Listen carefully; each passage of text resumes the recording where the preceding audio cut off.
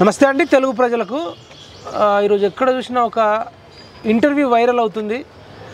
మన తొలి వెలుగులో మన జర్నలిస్ట్ రగన్నతోని తెలంగాణ ఉద్యమకారుడు ఈవెన్ చెప్పాలంటే కేసీఆర్కు ఒక గురువులాగా అంటే కేసీఆర్ ఎటన్నా పోతే కూడా పట్టుకొచ్చి గుంజుకొచ్చి కూడా పాఠాలు నేర్పించి తెలంగాణకు ఇంత అన్యాయం జరుగుతుంది నీళ్ళ విషయంలో, నిధుల విషయంలో, నియామకాల విషయంలో అని నేర్పించి ఆయన ఒక నాయకుడిగా తయారు చేసిన అన్న గాదె ఇన్నన్న మనతో పాటు ఉన్నాడు. మొన్న కేసీఆర్ను గద్దె దించడంలో కూడా అత్యంత కీలక పాత్ర వహించిండు.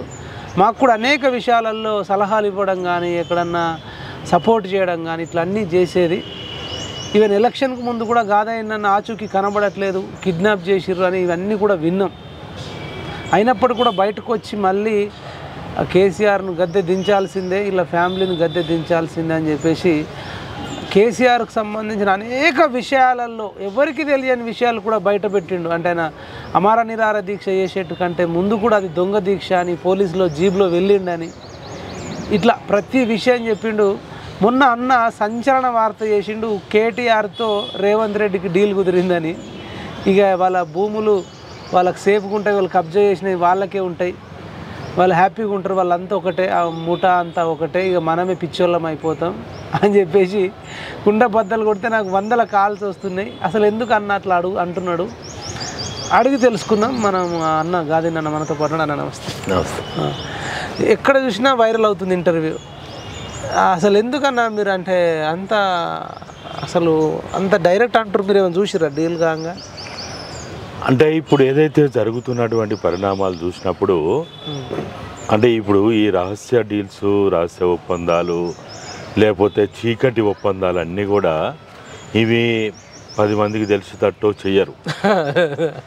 వాళ్ళకి మధ్యవర్తులు ఉంటారు. ఈ మధ్యవర్తులు చేసేటువంటి యొక్క చర్యల ద్వారానే అన్నీ జరిగిపోతుంటాయి. ఈ మధ్యవర్తులు మాట్లాడే దాన్ని బట్టి అన్నీ జరిగిపోతుంటాయి.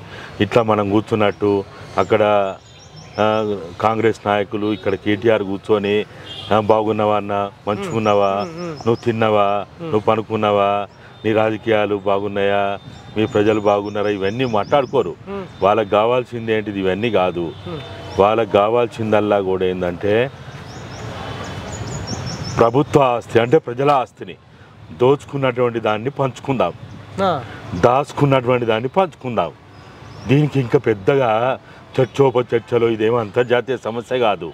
లేకపోతే భారతదేశానికి ఇతర దేశాలకు మధ్య ఉన్నటువంటి భూ వివాదం కాదు, నదుల వివాదం కాదు, లేకపోతే ఇంకా వేరే రాజకీయపరమైనటువంటి ఒప్పందాలు ఏం కాదు, సైనిక ఒప్పందమో లేకపోతే ఇతరత్ర ఒప్పందాలు కావు. ఇది చాలా సింపుల్. ఇది ఇద్దరు వ్యక్తుల మధ్య జరిగినటువంటి లేకపోతే 2-3 కుటుంబాల మధ్య జరుగుతున్నటువంటి ఒక నాటకం, ఒక బూటకం ఇది అనేది మనకు అర్థమవుతా ఉన్నది. దీంట్లో నాకు తెలిసిన కాడికి వీళ్ళు హైదరాబాద్ చుట్టూ ఉన్నటువంటి అనేక ఫామ్ హౌస్లలో, రెస్టారెంట్లలో, లేకపోతే వాళ్ళకు ఉన్నటువంటి వాళ్ళకు అనుకూలమైనటువంటి వాళ్ళ ఇళ్ళల్లో ఇక ఎట్లా ఉన్నారు కదా, మనం వాళ్ళని ఐఏఎస్లు అంటే మన దేశంలో ఒక గొప్ప పేరు గాంచినటువంటి వాళ్ళుగా మనం చూస్తాం. కానీ అటువంటి వాళ్ళు ఇప్పుడు బఫూన్లు అయిపోయిండు, ఇక అన్నీ అయిపోయిండు. బఫూన్లు అయిండు, క్రిమినల్ అయిండు, హీరోలు అయిండు, వాళ్ళే హీరోయిన్లు అయిండు, వాళ్ళే అన్నీ అయిపోయారు. వాళ్ళే మొత్తం సర్వస్వం అయిపోయారు. వాళ్ళు ఇవాళ కర్త, కర్మ, క్రియ అంతా కూడా వాళ్ళే అయిపోయారు. ఈ ప్రభుత్వాలకు ఒక రకంగా చెప్పాలంటే మనం అంటాం కదా, బ్యాక్ సీట్ డ్రైవింగ్ అని, లేకపోతే back it side left right seat డ్రైవింగ్లు అంటాం కదా. ఈ లెఫ్ట్ రైట్ డ్రైవింగ్లు అయినా, బ్యాక్ సీట్ డ్రైవింగ్లు అయినా మొత్తంగా కూడా స్టీరింగ్ అనేది ఒక బొమ్మ లెక్క, రోబో లెక్క మన పాలకులు కూర్చున్నారు అక్కడ. వాళ్ళొక రోబోలే. వాళ్ళ నిజంగా వాళ్ళొక మనుషులు, వాళ్ళకు ఒక జీవితం ఉంది, వాళ్ళు ప్రజల పట్ల ఒక కన్సర్న్ ఉందనే పరిస్థితి ఇప్పుడు కనపడతలేదు. ఒకవేళ అదే వాస్తవం అయితే ఈ పరిస్థితి ఉండబో. తెలంగాణ పరిస్థితి సుమారు 80-85 రోజులు అవుతున్నది. ఈ ప్రభుత్వం డిసెంబర్ 7వ తేదీ నుంచి మొదలుకుంటే ఇవాళ 25వ తేదీ, ఫిబ్రవరి 25వ తేదీలో మనం ఉన్నామంటే 2 నెలలు అయిపోతుంది. ఎక్కువనే అయింది కదా, సుమారు 80 రోజుల పైన అయిపోయింది. మరి 80 రోజుల పైన ఉన్నటువంటి పాలనలో మీరు ఏదైతే వాళ్ళు కాదు, జాతీయ నాయకుడైనటువంటి కాంగ్రెస్ పార్టీకి వెన్నుదన్నుగా ఉన్నటువంటి రాహుల్ గాంధీ గారు నెత్తి నోరు నొయ్యంగా కాలు బలపం కట్టుకొని తెలంగాణ తిరిగి వాళ్ళు ఆక్రమించుకున్న భూములన్నీ కూడా మా ప్రభుత్వం రాగానే మేము వాళ్ళ దగ్గర నుంచి భూములు గుంజుకొని పేదలకి పంచుతాం, లేకపోతే ప్రభుత్వానికి అప్పచెప్తామని, అంటే ప్రభుత్వ ఆస్తిగా పరిగణిస్తామని చెప్పిండు. మరి ఇప్పటివరకు గజం భూమి. అవును, 100 రోజులు టైం ఇవ్వండి, మేమంతా కొంచెం పరిశీలన చేస్తున్నాం, మీరు అంతలోపే ఇట్లా మాట్లాడుతున్నారని చెప్పేసి ఇంకా కొందరు కాంగ్రెస్ వాళ్ళు కూడా ఇప్పుడు మీరు బీజేపీకి అన్నేమన్నా సపోర్ట్ చేస్తుండా, అప్పుడేమో కాంగ్రెస్కి సపోర్ట్ చేసిండు, కేసీఆర్ని ఓడగొట్టిండు, ఇప్పుడేమో బీజేపీకి ఎంపీ సీట్లలో ఓడగొట్టడానికి అంటే బీజేపీని గెలిపించడానికి ఇట్లా అంటున్నా అని కొందరు కాంగ్రెస్ సోషల్ మీడియా. మేము మాట్లాడుతున్నది ఇది బీజేపీ కోసమో కాంగ్రెస్ కోసమో టీడీపీ కోసమో టీఆర్ఎస్ కోసమో కాదు, లేకపోతే ఇక్కడ కేసీఆర్ కోసమో లేకపోతే కిషన్ రెడ్డి కోసమో రేవంత్ రెడ్డి కోసమో లేకపోతే ఇంకా ఇతర పార్టీల కోసం కాదు. మేము బతుకుతున్నది, మేము జీవిస్తున్నది తెలంగాణ కోసం, తెలంగాణ ఉద్యమ ఆకాంక్షల కోసం బతుకుతున్నాం. మేము కలలుగన్న తెలంగాణ, లేకపోతే అమరవీరుడు కలగన్న తెలంగాణ, ఉద్యమకారుడు కలగన్న తెలంగాణ, జర్నలిస్టులు, లాయర్లు, ప్రొఫెసర్లు, ఉద్యోగ సంఘాలు, లేకపోతే నిరుద్యోగులు, పట్టభద్రులు అయినటువంటి తెలంగాణ నమ్ముకున్నటువంటి వాళ్ళు, తెలంగాణ వస్తే మా బతుకులు మారుతాయి అనుకున్నటువంటి వాళ్ళు ఎవరెవరైతే ఉన్నారో వాళ్ళ గురించి 2000 పైగా ఏ తెలంగాణ కోసం అయితే కుటుంబాన్ని మర్చిపోయి, భార్య పిల్లల్ని మర్చిపోయి, అక్కా చెల్లెల్ని మర్చిపోయి, అన్నదమ్ముల్ని మర్చిపోయి, తల్లిదండ్రులను మర్చిపోయి తెలంగాణ అని అహోరాత్రులు నిద్రాహారాలు మాని ఈ తెలంగాణ కోసం అనన్య త్యాగాలు చేసిండ్రో వాళ్ళు ఆశయాలు నెరవేర్చాలని తప్ప ఇవేవో మన పదవుల కోసమో లేకపోతే ఈ పార్టీని గెలిపేయడమో ఆ పార్టీని గెలిపడమో వానికి ఓడగొట్టడమో వీడిని ఓడగొట్టడమో అది మన పని కాదు. కానీ మరి ఇప్పుడు మీరు ఇక్కడ అంతా స్టోరీలో కూడా ఇప్పుడు మీకు దాదాపు 24 ఏళ్ళ ప్రస్థానం ఈ టీఆర్ఎస్ పుట్టినప్పటి నుంచి మీరు వాళ్ళకు కలిసే ఉన్నారు, అంటే అప్పుడు ఇదంతా 24 ఏళ్ళు ఎక్కడ కూడా అమరవీరుల ఆశయాలు సాధిస్తాము అన్నట్టు కూడా అనిపిస్తలేదు. అంతా దొంగల ముఠ అనే సెటిల్మెంట్లు అవుతున్నట్టునే. అప్పుడు టీఆర్ఎస్ వాళ్ళు ఉద్యమం చేసి బ్లాక్మెయిల్ చేసి చంపాల్చుకున్నారు. ఇప్పుడు కాంగ్రెస్ వాళ్ళు అధికారంలోకి వచ్చిన తర్వాత వీళ్ళు కూడా వాటాలు పంచుకుంటారు మైపాలు, అక్కడ అయ్యేది లేదు, మనం పిచ్చోళ్ళం అవుతారు అంటారు. మరి ఎన్నటిగా అమరవీరుల ఆశయాలు మీరు సాధిస్తారు? ఇప్పుడు ఒక్కొక్కటి మనం నెరవేర్చుకుంటా వస్తాను. తెలంగాణ రాష్ట్రాన్ని సాధించడంలో అది భౌగోళికంగానే కావచ్చు, సరిహద్దులతో కూడుకున్నదే కావచ్చు, 9 మండలాలు పోవచ్చు పోలవరం కింద. అయినప్పటికీ భారతదేశంలో భారతదేశ చిత్రపటంలో 29వ రాష్ట్రంగా మనము మా తెలంగాణ ఏర్పాటు చేసుకున్నాం. అదొక విజయంగా కదా, అదొక విజయమే కదా. అంతవరకు అయితే మనం వాళ్ళు ఏడుస్తారు కదా, భద్రాచలం ముప్పు కింద అటు ఆంధ్రాకు పోతే మమ్మల్ని తీసుకుపోయి అటు పడేసిర్రు అంటే వాళ్ళకి అన్యాయమే కదా. అన్యాయం జరిగింది. ఎప్పుడు కూడా ప్రతి విజయంలో మా ఒక 10% 20% అన్యాయం జరుగుతుంది. కానీ మనం చూసేది ఎప్పుడు కూడా 80% మేలు జరిగిందా లేదా, 28% ప్రజలు కోరుకున్నది జరిగిందా లేదా అనేది చూస్తాం. 100% అనేది ప్రపంచంలో ఎక్కడ జరగదు. దాని గురించి మనకేం ఆశలు లేవు, భ్రమలు లేవు, నమ్మకాలు లేవు. కానీ మనకి ఒక 5% 10% వాళ్ళు నష్టపోయింది వాస్తవమే. తెలంగాణ రాష్ట్ర ఏర్పాటులో కూడా నష్టపోయిండ్రు. అయితే తెలంగాణ రాష్ట్రం 29వ రాష్ట్రంగా ఏర్పడిన తర్వాత మన ఉద్యమాకాంక్షలు కావచ్చు, అమరవీరుల ఆశయాలు కావచ్చు ఇప్పటి వరకే నెరవేరలేదు. ఆ నెరవేర్చడంలోనే మనము ఇప్పుడు ఈ తాపత్రయపడతా ఉన్నాము, ఈ ఆందోళన పడుతూ ఉన్నాము, ఆవేదన చెందుతూ ఉన్నాము. మీలాంటి వాళ్ళం మాలాంటి వాళ్ళం అందరం కూడా ఆ ప్రయత్నంలోనే ముందుకు పోతున్నాం. ఒక్కొక్కరు సాధించుకుంటాం. ఇప్పుడు ఒక నమ్ముకున్నటువంటి పార్టీ, నమ్ముకున్నటువంటి నాయకుడు నమ్మక ద్రోహం చేసిండు కేసీఆర్ ఆ పార్టీ. ఇప్పుడు మనం ఆ కుటుంబాన్ని, ఆ పార్టీని అయితే మనం ప్రజలు పొందబెట్టింది కదా, అది విజయం కాదా? విజయమే. కానీ ఇప్పుడు వాళ్ళు పంచుకుంటారు అంటారు, మళ్ళీ ప్రజలకు ఏమి వస్తలేదు కదా. వస్తుంది. నిజాము ఇక్కడ కొన్ని వేల ఎకరాలు సంపాదించాడు, ఆధీనంలో పెట్టుకున్నాడు. గోల్కొండను కట్టిండు, చార్మినార్ కట్టిండు, ఆమె భార్య అనేక మంది భార్యలు ఒక భార్య పేరు మీద ట్యాంక్ బండి కట్టిండు, హుస్సేన్ సాగర్ పెట్టిండు, ఉస్మాన్ సాగర్ పెట్టిండు, ఎన్నెన్నో పెట్టిండు. ముడ్డికి ముల్దారం పెట్టుకొని పోయినట్టు మన భూమిని ఏమైనా కట్టుకొని పోయిండా ఈయన వదిలేసిపోయిండు.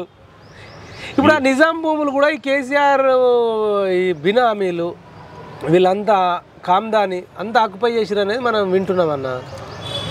ఎప్పుడైనా ఖచ్చితంగా ఎర్రవెల్లి ఫామ్ హౌస్ ప్రజల పరమవుతుంది, జన్వాడ ఫామ్ హౌస్ ప్రజల పరమవుతుంది.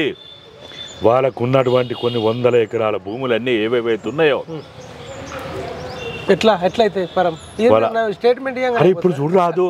ఒక 150 సంవత్సరాల చరిత్ర కదా, నిజాం కాలం చరిత్ర మనం చూస్తున్నాం కదా. అవి ఎవరి పరమైనవి? తెలంగాణ ప్రజలకైనా అయినా కాలేదా? అంటే తెలంగాణ ప్రజల ఆస్తి అంటే మిగిలింది కదా, మిగిలిందా లేదా? ఇది కూడా గట్టనే అవుతుంది. అంటే ఒక లాజిక్ చెప్పన్నా, ఇప్పుడు కేటీఆర్ ఉన్నాడు, కవిత ఉంది, హరీష్ రావు ఉన్నాడు, వాళ్ళ పిల్లలు ఉన్నారు. వాళ్ళంటే నిజాం అంటే వాళ్ళ మనమడు అంతా పారిపోయారు, ఇక్కడ లేకుండా వీళ్ళు ఈయనే మునుగుతారు కదా మంచిగా. ఇప్పుడు రేవంత్ రెడ్డితో ములాఖ అవుతారు, డీలోకి అయిందంటారు వాళ్ళు. ఎంత డీలోకి అయినా ఎన్ని అయినా వీళ్ళు ఎన్ని పంచుకున్నా. ఇప్పుడు వెనకట పెద్ద పెద్ద దొరలు ఉండే, 100 ఎకరాల దొరలు ఉండే. ఇవాళ ఏమైండు? అవును, అంత చచ్చిపోయారు. ఏమైండు? వాళ్ళ భూములు ఏమైనాయి? ఏమైనాయి? ఎవరి పరమైనాయి?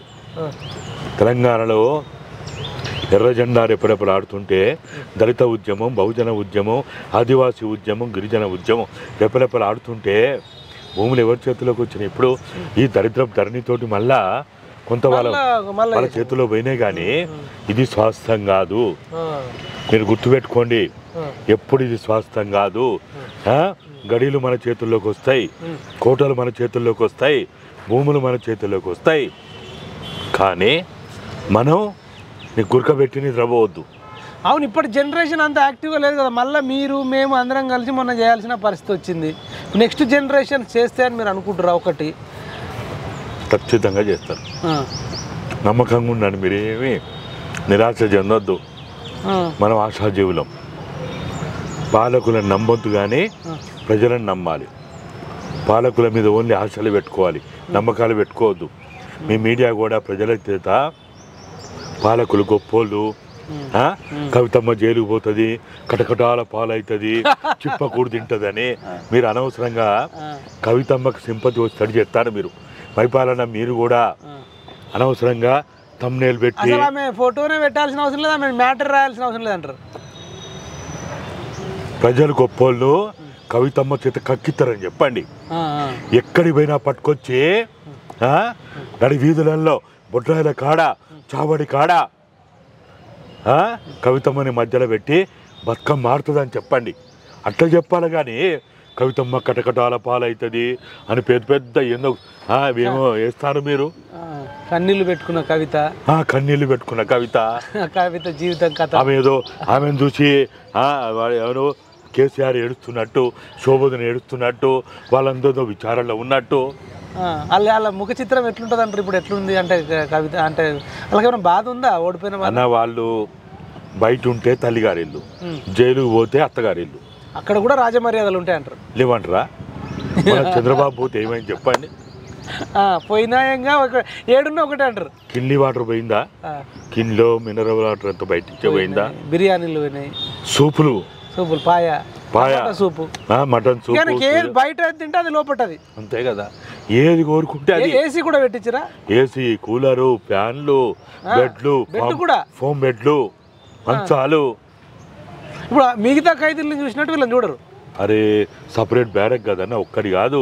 ఎన్ని దగ్గర 200 మంది ఉండే బ్యారక్ని వాళ్ళకి కేటాయిస్తారు, స్పెషల్ రూములు వాళ్ళకి.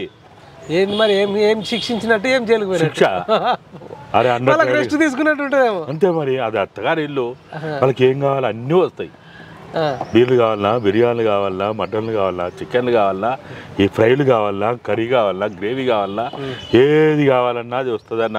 మీరు అనవసరంగా చిప్పకూడు అని మీరు మాట్లాడి కవితమ్మకి సింపదిస్తారు మీరు. సరే, మనలో మనమాట కవిత లిక్కర్ స్కామ్లో మీకున్న అవగాహన, మీరు చదివిన అంటే పేపర్లు కానీ మీకున్న ఇన్ఫర్మేషన్ ఆధారంగా పక్కా స్కామ్లో ఉంటుంది అన్న? అంటే అనవసరంగా నిందలు ఇస్తున్నారు మీద. అరే భారత ప్రధానమంత్రి, భారత హోమ్ మినిస్టర్ చెప్పిండు ఉన్నదని నమ్మమా మనం? సిబిఐ చెప్పే, ఈడీ చెప్పే, తర్వాత ఎవరైతే అప్రూవర్లు చెప్పే, ఆ వెంట తిరిగిన వాళ్ళు, బ్రీఫ్ కేసులు మోసిన వాళ్ళు, సంచులు మోసిన వాళ్ళు, వాళ్ళే చెప్పే. నమ్మమా మనం? అంటే కవితక్క మెంటాలిటీ ఎట్లాంటిది? మీరు దగ్గర నుంచి ఉద్యమం టైంలో అంకుల్ అనుకుంటూ వచ్చేదా? ఆమె చాలా ferocious leader, danger leader, criminal leader, ఎట్లా ఒక ఫైటర్. ఆమె ఎవరికి భయపడదు. ఆమె జైలు పోయినా భయపడదు. జైలు లెక్కనే సేమ్ ఫైటర్. ఫైటర్ అంటే సమాజం అభ్యున్నతికి ఫైటరా లేకపోతే ఆమె అభ్యున్నతి? ఆమె కోసం, ఆమె అభ్యున్నతి. మరి ఫైటర్ అంటే ఇదే బిట్టు కట్ చేసి బీఆర్ఎస్ వాళ్ళు ఆమె కోసం ప్రజలు ఎక్కడ పోతేంది, తెలంగాణ ఎక్కడ పోతేంది, తెలంగాణ ఉద్యమ ఆకాంక్షలు ఎక్కడ పోతేంది, అమరవీరుల ఆశయాలు ఎక్కడ పోతేంది.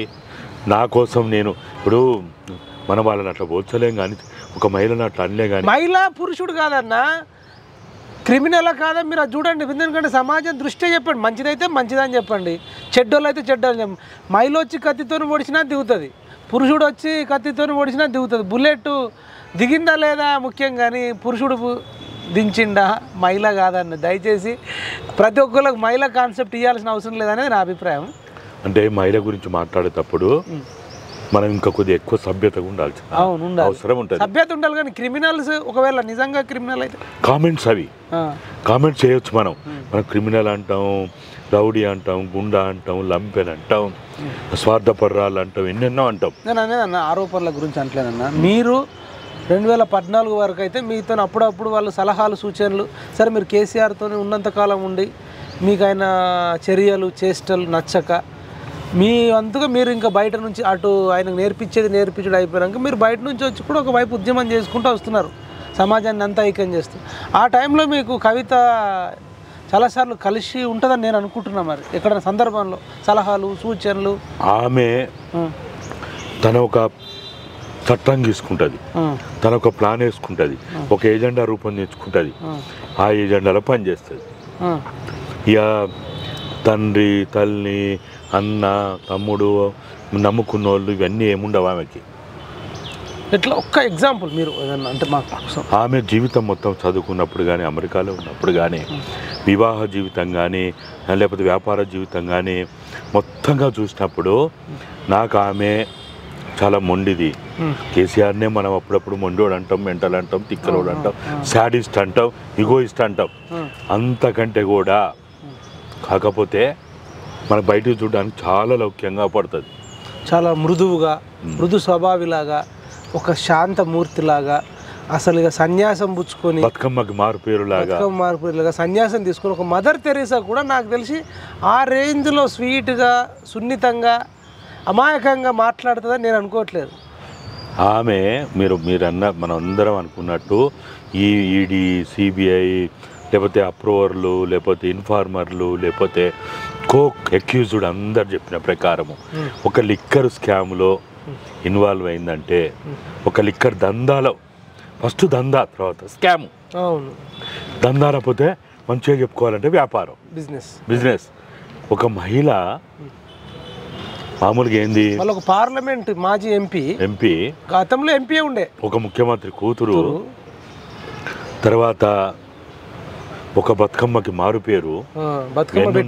ఆడవాళ్లకు అపురూపంగా జరుపుకునే పండగ బతుకమ్మ. ఆమె ఒక లిక్కర్ వ్యాపారం, జాగృతి సంస్థ వ్యవస్థాపకురాలు. జాగృతిని ఇప్పుడు రాష్ట్రం ఉంటే దేశవ్యాప్తంగా చేసింది ట్రస్ట్. అది ట్రస్ట్ కొన్ని కోట్ల రూపాయలు ఉన్నాయి దానికి. ఇప్పుడు జాగృతి అంటే అవగాహన, అంటే జాగృత చేయడం, ప్రజలను అలర్ట్ చేయడం, అట్లాంటి ఉన్నతమైనటువంటి సంస్థ నడుపుకుంటా లిక్కర్లో ఇరకడం అంటే ఆమె సమాజానికి ఇచ్చిన సందేశం చెప్పేది ఒకటి, ఇదొక్కటి జాలిగా. ఆమె వృత్తికి, ప్రవృత్తికి, ఆమె ఆలోచనకి ఇంతకంటే ఇక నిలువెత్తు సాక్ష్యం ఇంకోటి ఉండదు. ఆమె వ్యాపారం చేస్తే, ఇప్పుడు మామూలుగా ఎవరు వ్యాపారం చేస్తారు, ఒకవేళ మహిళలు చేసినా ఈవెన్ అటువంటి వ్యాపారం ఎవరో మన ఊర్లలో చూస్తాం, కళ్ళమ్ముత కాడ అక్కడిక్కడ మహిళలు అవపడతారు. ఎందుకు? తన భర్తకి, తన కుటుంబానికి సహకరించడానికి. అది వాళ్ళు వాళ్ళ కులపరంగా, వృత్తిపరంగా వచ్చినటువంటి ఆచారంగా భావిస్తారు కాబట్టి. మరి నువ్వేమో ఒక విలమ కుటుంబం వంటివి, దొరల కుటుంబం వంటివి, ఇంకేదో వంటివి ఇన్ని మాట్లాడి మరి ఈ వ్యాపారం ఎంచుకున్నావంటే ఆమె ఆలోచనకి మనం ఏమనుకోవాలి? మనం మళ్ళీ వ్యాపారంలో మళ్ళీ స్కాము, ఇక ఆమె వ్యాపారం పోవడమే తప్పు, మళ్ళీ వ్యాపారం పోయినాక అంతటితో కూడా దాంట్లో స్కామ్లు. మరి ఎన్ని మోసాలు. అరే నువ్వు ఒకవేళ చేసినావు నువ్వు చేస్తే, ఒకవేళ వ్యాపారం చేస్తే 5-6 బ్రాండ్ షాపులకు టెండర్ వేసినావు, పట్టుకున్నావు, అది ఏదో నడుపుతున్నది, అది లీగల్ అన్న, అది వేరు. కానీ రాష్ట్రం మీరు ఎందుకున్నారు? తెలంగాణ రాష్ట్ర అభివృద్ధి కోసం ఉన్నారు. నీకు ఢిల్లీ ఎందుకు, హర్యానా ఎందుకు, పంజాబ్ ఎందుకు, లేకపోతే ఆ రాష్ట్రాల్లో పాలసీలని లిక్కర్ పాలసీ గురించి నీకెందుకు? అక్కడ పోయి ఢిల్లీలో కూర్చొని పెద్ద 5 స్టార్ 7 స్టార్ హోటళ్ళల్లో కూర్చొని ఈ దందాలు ఎందుకు? నేను చెయ్యలేదు అంటుంది. సీసీ ఫుటేజ్లు సాక్ష్యం ఉన్నది ఉన్నదా? అప్రూవర్ అంటే ఏంటిది? ఒక కేసులో విట్నెస్ కంటే కూడా బలమైన సాక్ష్యం అప్రూవర్ది. ఏదన్నా కేసులో అప్రూవర్ స్టేట్మెంట్కి మన జ్యుడిషియరీలో అత్యంత విలువ ఇస్తారు. మరి అప్రూవర్ ఒక్కరు కాదు, 2-3 అప్రూవర్లు స్టేట్మెంట్లు ఇచ్చారు, జడ్జిల ముందు రికార్డ్ చేసిండ్రు. అవును, వాళ్ళని బెదిరించి కొట్టి చెప్పిస్తారు నా పేరు నేను రాజకీయంగా ఎదగడం ఇష్టం లేక అని చెప్పింది ఆమె ఎలక్షన్ ముందు. మా బీఆర్ఎస్ని ఎదుర్కోలేక నా మీద, మా నాన్నని ఎదుర్కోలేక నా మీద నిందలేస్తున్నా, ఈ స్టేట్మెంట్లు కూడా ఆమె అన్నది కదా. అవును, వాళ్ళు బెదిరించి భయపెట్టి వాళ్ళు చేస్తారు అనుకున్నాం. కొన్నిసార్లు అట్లా కూడా జరుగుతుంటాయి. వాళ్ళు బయటకు వచ్చిండ్రు కదా. వాళ్ళు బయటకు వచ్చిన తర్వాత మరి నువ్వు కూడా నీకేం తక్కువన్నది? నువ్వు బెదిరియగలుగుతావు, నువ్వు కొట్టగలుగుతావు, నువ్వు తిట్టగలుగుతావు. నీకు కూడా అటు జాగృతో లేకపోతే ఇటు వేరే అనేక రకాల బలగాలు ఉన్నాయి కదా నీకు. మరి నువ్వు కూడా ఆ పని చేయవని గ్యారంటీ ఏంది? ఆ పని చేసి ఉండవని గ్యారంటీ ఏంది? కాబట్టి ఇవాళ ఏదైతే నేరారోపణ అంటున్నాం, మనం ఇంకా ఇప్పటికి కూడా నేరం చేసింది అంటలేము. నేరారోపణ నీ మీద, నేరస్తులతోనైతే ఫోన్ మాట్లాడిన కాల్ రికార్డింగ్ అయితే బయట పెట్టారు ఉన్నాయి కదా. కాల్ రికార్డింగ్ ఉన్నది, వాయిస్ రికార్డింగ్ ఉన్నది, ఏ టైంకి మాట్లాడింది, ఎంతసేపు మాట్లాడింది, ఏ ఫోన్ నెంబర్కి మాట్లాడింది, అన్నీ ఉన్నాయి కదా. మళ్ళీ ఇంకోటి ఆమె జీవితంలో కూడా పెను మార్పులు వచ్చినాయి. ఎట్లా అంటే ఒకప్పుడు నాకు ఉండేది కిరాయి కొంప, నా దగ్గర అసలు సొంత ఇల్లు లేదన్నారు. ఇప్పుడు అద్భుతమైన ఇల్లు నందినగర్లోనన్నా, అవును, 200 కోట్ల విలువైన భూమిలో 2000 గజాలలో ఇల్లు ఉంది, 20 లక్షల వాచ్ కూడా ఉంది. జీవితంలో అయితే బాగా మార్పు వచ్చింది, అంటే ఆర్థికంగా. 2002లో అమెరికాలో యాక్సిడెంట్ అయితే ఆమె అమెరికాలో యాక్సిడెంట్కి గురైంది. యాక్సిడెంట్ అయింది, చిన్న యాక్సిడెంట్ అయితే కాలు ఫ్రాక్చర్ అయింది.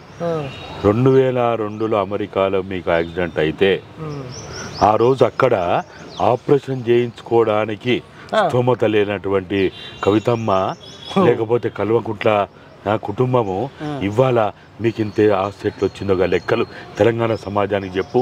స్తోమత లేదంటే అప్పుడు ఎవరు చేయించారు మరి? వాళ్ళ సొంత డబ్బులు మేము చేయించాం. అంటే ఎట్లా మీకు ఫోన్ చేసి అమెరికా నుంచి జరగగానే ఒకవైపు ఈ ప్రమాదం జరిగిందని చెప్తే శోభను ఏడుస్తుంటే, కేసీఆర్ బాధపడుతుంటే, కేసీఆర్ నిజంగా బాధపడతాడా అన్న? అంటే బాధ అంటే ఉంటుంది కదా, కూతురు కొడుకు మీద ఉంటుంది, మిగతా బయట ప్రపంచం మీద అయితే ఉండదుగా. ఏముంటది బాధ? వాళ్ళ మీద కూడా ఏముండదు పెద్దగా. ఏ తిక్కల మూడు అట్లా అయిందట, అట్లా ఎందుకంటే అని నిన్న విజయరామారావు గారు ఉండే, విజయరామారావు గారు ఇట్లా అయిందట, మరి మనం ఏమైనా చేయాలి? అక్కడ ఉన్న వాళ్ళందరికీ మాకు చెప్తే మేము మేఘాల మీద కంటికి నిద్రపోకుండా మేము అప్పుడు హోమ్ మినిస్టర్ విద్యాసాగర్ రావు ఉండే,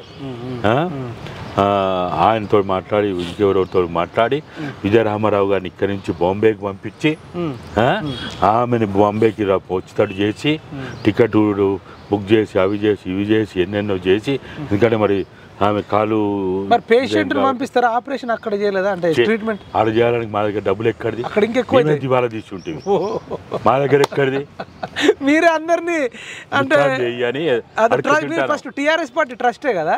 ట్రస్ట్ కాదు, పార్టీ. అది పార్టీ, ట్రస్ట్ కాదు, సొసైటీ కాదు, పార్టీ. అది డబ్బులు అయితే వసూలు చేశారు, ఉద్యమం నడపడానికి. అప్పటికే చెక్కులు ఇస్తే బాంసులయ్యే అప్పులు వచ్చి మా వాహనాలు గుంజుకోబోబట్టే ఇంత గందరగోళంలో ఉంటుంది. అక్కడ అమెరికాలో ఆపరేషన్ చేయించేంత స్తోమత ఉంది. ఇప్పుడు ములిగేనాక మీద తాటికాయ పడ్డ టైప్ ఉంది కేసీఆర్ మీద. అంటే ఇదే గందరగోళంగా ఉంది. ఈ కవితకి యాక్సిడెంట్ అంటే ఈ డబ్బులు ఎడికెళ్ళేవారు మరి. కాబట్టి అటువంటి పరిస్థితుల్లో మేము మానవత్వంతో మన విలువలతోటి మా శేఖరన్న మా తెలంగాణ టీఆర్ఎస్ పార్టీ నాయకుడు అధ్యక్షుడు కుటుంబాన్ని ఆదుకోవాలనే ఆలోచనతో మేము పడరాని పాటుపడి అప్పులు చేసి సప్పులు చేసి ఆమెని అక్కడి నుంచి వచ్చేటట్టు చేసి మన విజయరామారావు గారిని ఇక్కడి నుంచి బొంబే పంపి అక్కడి నుంచి మనం మళ్ళీ ఫ్లైట్ మార్చి హైదరాబాద్ తీసుకొచ్చి ఇక్కడి నుంచి మళ్ళీ ఆపరేషన్ చేసి మళ్ళీ డిశ్చార్జ్ అయ్యేంత వరకు ఎందుకంటే అది మాకు మానవ విలువలు ఉన్నాయి, మానవత్వం ఉంది. అన్నీ మీరు దగ్గరుండి చూస్తేనే కాల్ సెట్ అయింది. అవును మరి అటువంటి పరిస్థితిలో ఉన్నటువంటి కుటుంబం కానీ మీరు కానీ ఇవాళ ఇన్ని వందల వేల కోట్ల రూపాయలు ఎట్లా చేసిండు, మీకు ఆస్తులు ఎట్లా వచ్చినాయి? ఒక్కసారి తెలంగాణ సమాజానికి చెప్పండి, వాస్తవాలు చెప్పండి, తప్పు జరిగితే ఒప్పుకోండి, మోసం చేస్తే చెప్పండి. మీకేమైనా మీరు మానవత్వం ఉంటే, మానవ విలువలు ఉంటే, తెలంగాణ ప్రజల యొక్క అర్థనాదాలు మీకు వినపడితే, కనికరం ఉంటే, ఉన్నదా లేదా మనకు తెలియదు, ఉంటే వాళ్ళు చెప్తే వాస్తవాలు చెప్తే మనకు అర్థమవుతాయి.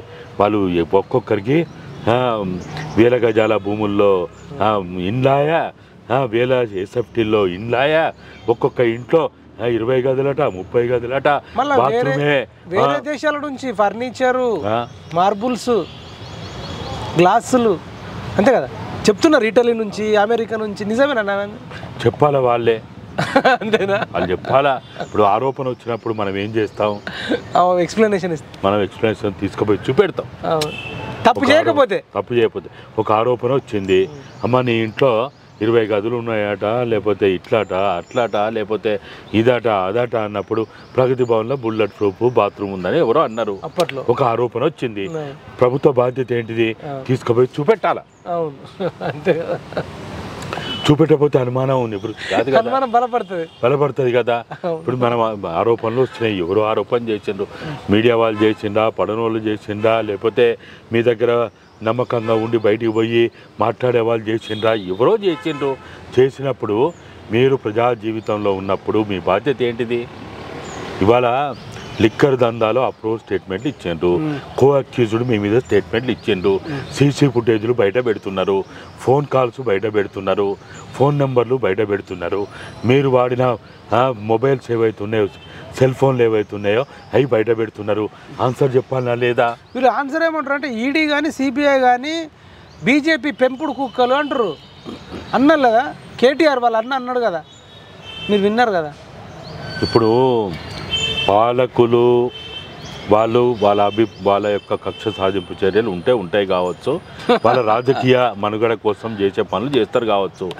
కానీ ఏ జాతీయ స్థాయిలోనైనా రాష్ట్ర స్థాయిలోనైనా మనకున్న ఈ వ్యవస్థలు ఏవైతే ఉన్నాయో, అనేక రకాల వ్యవస్థలు ఏవైతే ఉన్నాయో, ఆ వ్యవస్థలని మనం ఒక పదవిలో ఉండి, బాధ్యత కలిగి ఉండి, ఒక చట్టబద్ధమైన పదవిలో ఉండి మాట్లాడితే అది సభ్యత కాదు. ఇవాళ మనం కూర్చున్న కుర్చీనే మనము కూలగొట్టుకున్నట్టు అవుతుంది, విరగొట్టుకున్నట్టు అవుతుంది. ఇవాళ మీరున్నది రాజ్యాంగాన్ని నమ్మి రాజ్యాంగ పదవిలో ఉన్నారు. నువ్వు ఏ పదవిలో ఉన్నావు? నువ్వు ఒక ఎమ్మెల్యేవి, ఒక మంత్రివి ఉండి మీలాంటి నాలాంటి మాట్లాడితేనేమో కేసులు పెట్టి తీసుకుపోయి జైల్లో పడేస్తారు. మిమ్మల్ని కిడ్నాప్ చేసి నన్ను కిడ్నాప్ చేసే.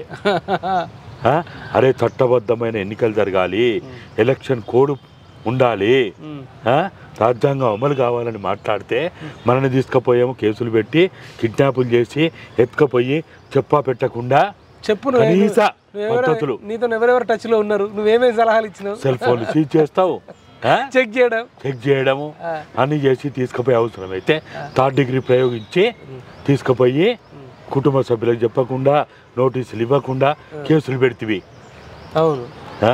ఇప్పుడు ఇది కూడా నేను పదే చెప్తున్నా, కవితమ్మ ఒకవేళ రేపు రాత్రిలోపు అరెస్ట్ అయినా 26వ తారీఖు కదా, లేకపోతే కాకపోతే మళ్ళీ ఏమైనా వాయిదా ఇచ్చినా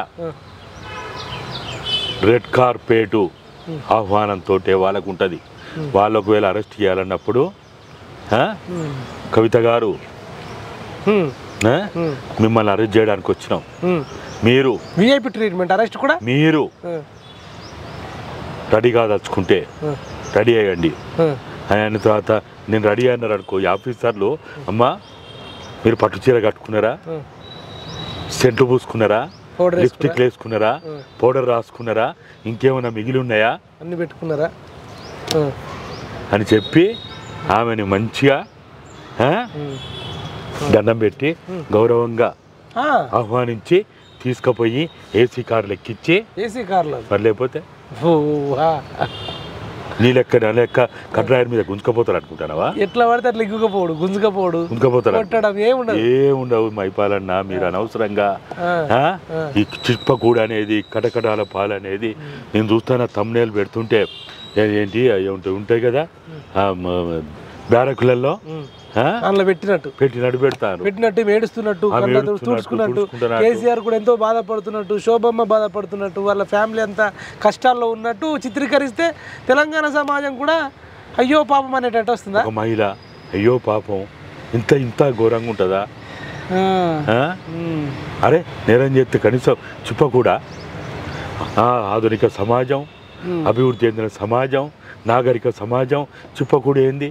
మాజీ ఎంపీ, మాజీ ఎమ్మెల్సీ, ఇప్పుడు ఎమ్మెల్సీ కదా, ఇప్పుడు ఎమ్మెల్సీ ఒక మాజీ ముఖ్యమంత్రి కూతురు ఇట్లా చేస్తారా అని గుసగుసలు మొదలవుతాయి. అట్లా పెట్టుకోవాలనే వీళ్ళు కూడా. ఇప్పుడు అసలు కవిత ఫ్యూచర్ ఎట్లుంటుంది అంటారన్న? అంటే మీ అభిప్రాయం ప్రకారం సరే ఒక పూట అరెస్ట్ అవుతుందా, అరెస్ట్ కదా ఒకవేళ అనుకుందాం, అరెస్ట్ అయ్యి బయటకు వస్తే కూడా ఆమె అసలు ఇప్పుడు జనరల్గా మనం ఏదైనా తప్పు చేసి ఇంకా అనుకుందాం అన్న, ఏదైనా అరెస్ట్ అవుతాం, కొంచెం తల దించుకుంటాము, అయ్యో సారీ నేను మళ్ళీ రిపీట్ చేయనంటే చెప్తాం. ఈమెందన్న ఈడీ ఆఫీస్ ఎంక్వైరీ కూడా పోయి వచ్చి గోల్డ్ మెడల్ సాధించినట్టు, ఒలింపిక్స్లో అసలు రన్నింగ్లో గోల్డ్ మెడల్ సాధించినట్టు, లేదంటే లాంగ్ జంప్లోనో హై జంప్లోనో విన్ అయినట్టు, లేదంటే ఒక ఫుట్బాల్లో మ్యాచ్ గెలిచినట్టు, బ్యాడ్మింటన్లో గెలిచినట్టు ఇట్లా పెడుతుంది. మీరు చూసిర్రా విన్నింగ్ సింబల్స్? ఎట్లా చూసుకోవచ్చు మరి? అంటే లిక్కర్ స్కామ్లో దొరికి విన్నింగ్ సింబల్ అంటే వాళ్ళ దృష్టిలో ఇవన్నీ కూడా ఏంటంటే ఏ చట్టాలు లేకపోతే రాజ్యాంగము లేకపోతే కేసులు వాళ్ళ దృష్టిలో ఏంటంటే టంగ్ క్లీనర్ కంటే అధ్వానం. ఎట్లా అదేంటి టిష్యూ పేపర్ అంటారు చూడు, అంతకంటే అధ్వానం. రెస్పెక్ట్ లేదు. ఏం రెస్పెక్ట్ ఉన్నది? రెస్పెక్ట్ ఉంటే అట్లీస్ట్ సమాజం పట్ల అన్న ప్రజలు ఏమనుకుంటారో, తిట్టుకుంటారు కావచ్చు నేను తప్పు అని. వాళ్ళకి ఏముంటుంది అన్న? వాళ్ళకి ఏముండదు. నేను నా ముందు అన్ని బలాదూరే, మీరే అనవసరంగా పిచ్చోళ్ళు లెక్క టీవీలలో చూసి పేపర్లో చదువుకుని టైం వేస్ట్ చేస్తుండ్రు అనుకుంటారు వాళ్ళు. నా గురించి చర్చ పెట్టుకుంటారు, అట్లా కూడా పెట్టుకుని అనుకునే రకాల. అంతే మరి. నేను ఎట్లయితే ఏంది, కింద పడితే మీద పడితే నేను పబ్లిక్లో ఉన్నా, న్యూస్లో ఉన్నా, పత్రికల్లో హెడ్లైన్స్లో ఉన్నా, బ్రేకింగ్లో ఉన్నా, టీవీ సీరియల్లో వచ్చినట్టే ఉంటుంది ఇది. రేపు ఆమె నిజామాబాద్ ఎంపీ నుంచి పోటీ చేస్తే గెలిచే అవకాశం ఉంటుంది మరి? నా ఉద్దేశం ప్రకారం ఆయన పోటీ చేయదు, పోటీ చేసినా గెలవదు. అంతేనా? ఎట్లా గెలుస్తుంది? నేను అరవింద్ను వేటాడతా, నేను నా మీద పోటీ చేసి చూడాలని అన్నది గతంలో ఛాలెంజ్ చేసింది, మీరు చూసారు కదా. అంత సీన్ ఉండదు అన్న, ఇప్పుడు అంత సీన్ లేదు. ఇప్పుడు తెలంగాణ ఉద్యమం అనేది ఒక మహత్తరమైన పవిత్ర లక్ష్యంతో కూడుకున్నటువంటి ఆశయంతో కూడుకున్న ఉద్యమం. ఆ ఉద్యమానికి అప్పుడు మనకు అవసరాల కోసం ఆ కేసీఆర్ అనే వ్యక్తిని తెచ్చుకున్నాము. టక్కుటమార గోకర్ణ గజకర్ణ విద్యలు ఈయనకున్నాయి, తెలుగుదేశం నుంచి ఉన్నాడు. త్యాగాల పునాదుల మీద మనం ఉద్యమాన్ని నిర్మిద్దామనే ఆలోచనతోటి ఈయన టీడీపీకి రాజీనామా చేస్తే, డిప్యూటీ స్పీకర్ రాజీనామా చేస్తే, ఎమ్మెల్యేకి రాజీనామా చేస్తే, ఏ ప్రభుత్వం అయితే అప్పుడు ఉన్నదో ఆ ప్రభుత్వం నుంచి వచ్చిన వాడైతే ప్రజలు నమ్ముతారని దాంతో తెచ్చుకున్నాం. దీంట్లో మన పొరపాటు కూడా ఉన్నది. ఫస్ట్ చెప్పుకోవాల్సింది ఏంటంటే మన పొరపాటు కూడా మనం ఒప్పుకోవాలి. ఆ మన పొరపాటును సవరించుకోవడానికి మనకి 9.5 సంవత్సరాలు పట్టింది. ప్రజలకు ఆయన్ని మనమే కదా, తెలంగాణ గాంధీ అన్నది మనమే, అభినవ అంబేద్కర్ అన్నది మనమే, తెలంగాణ భగత్ సింగ్ అన్నది మనమే, లేకపోతే ఇంకెవరో ఏదో అని మాట్లాడింది మనమే. అయితే ఎన్నెన్ని అయితే మనం మాట మంచోడు అని నెత్తి మీద వేసుకొని ఊరేగింది మనమే. గుర్రాల మీద, గాడిదల మీద, ఒంటెల మీద, విమానాలు, హెలికాప్టర్ పూలు చల్లుతుంటే చేసింది మనమే. అయితే ఇవి మొత్తంలో ఏంటంటే మన పొరపాటు కూడా ఉంది. మనం కూడా ఏంటంటే తెలంగాణ రాని వచ్చిన తర్వాత చూసుకుందాం తీ అన్నట్టు మనం కూడా ఆ రోజు ఉన్నాం. సరే ఉంటే మనకి ఏమైపోయింది, మనం తెలంగాణ వచ్చిన తర్వాత మనం అందరం గురకబెట్టి నిద్రపోయినాం, పట్టించుకోకపోవడం వల్ల ఏంది, మన పని తీరిపోయింది, మన అవసరం తీరిపోయింది అని మనందరం కూడా ఎవరి పనులలో వాళ్ళు మనం నిమగ్నమైన వాళ్ళ పని వాళ్ళు చేసుకున్నారు. చివరికైనా కానీ మనం ఏదో మనకు సోయి వచ్చింది, తెలివి వచ్చింది, జ్ఞానం వచ్చింది, బుద్ధి వచ్చింది, తెలంగాణ అమరవీరుల ఆశయాలు కానీ ఉద్యమ ఆకాంక్ష నెరవేరలేదని దాంతో మళ్ళీ మనం దాదాపుగా 2020 అటు ఇటుగా కరోనా పీరియడ్ నుంచి మనం మొదలుపెట్టి మన అందరం నెత్తి నోరునంగా కాలు బల్పం కట్టుకొని తిరిగినాం, మొత్తానికి విజయం సాధించినాం. ప్రజలు మనం చెప్పింది నమ్మినారు.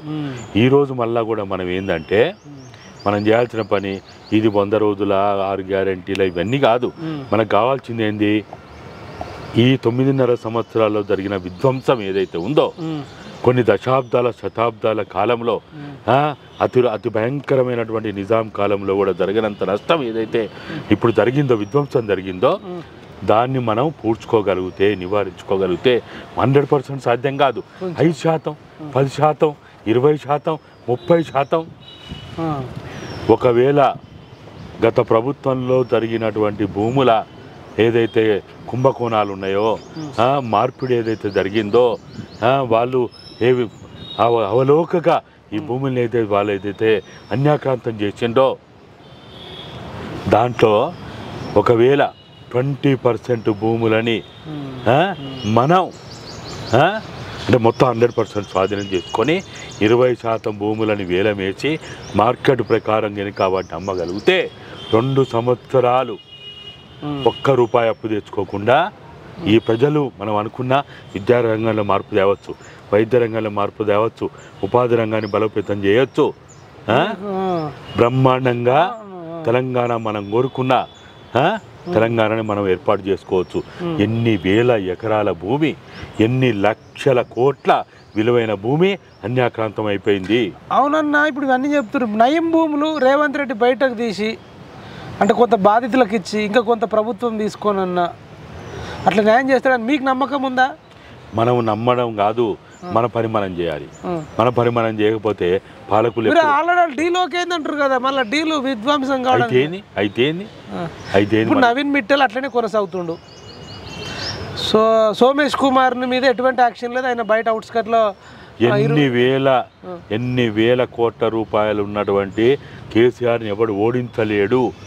అసలు ఓడించే దమ్మేమని అసాధ్యం అనుకున్నాను. ఇప్పుడు వి ప్రకాష్ ఏమంటుండే, ఈ శతాబ్దంలోని ఇది ఒక పెద్ద వింత అంటుండు, పెద్ద వార్త.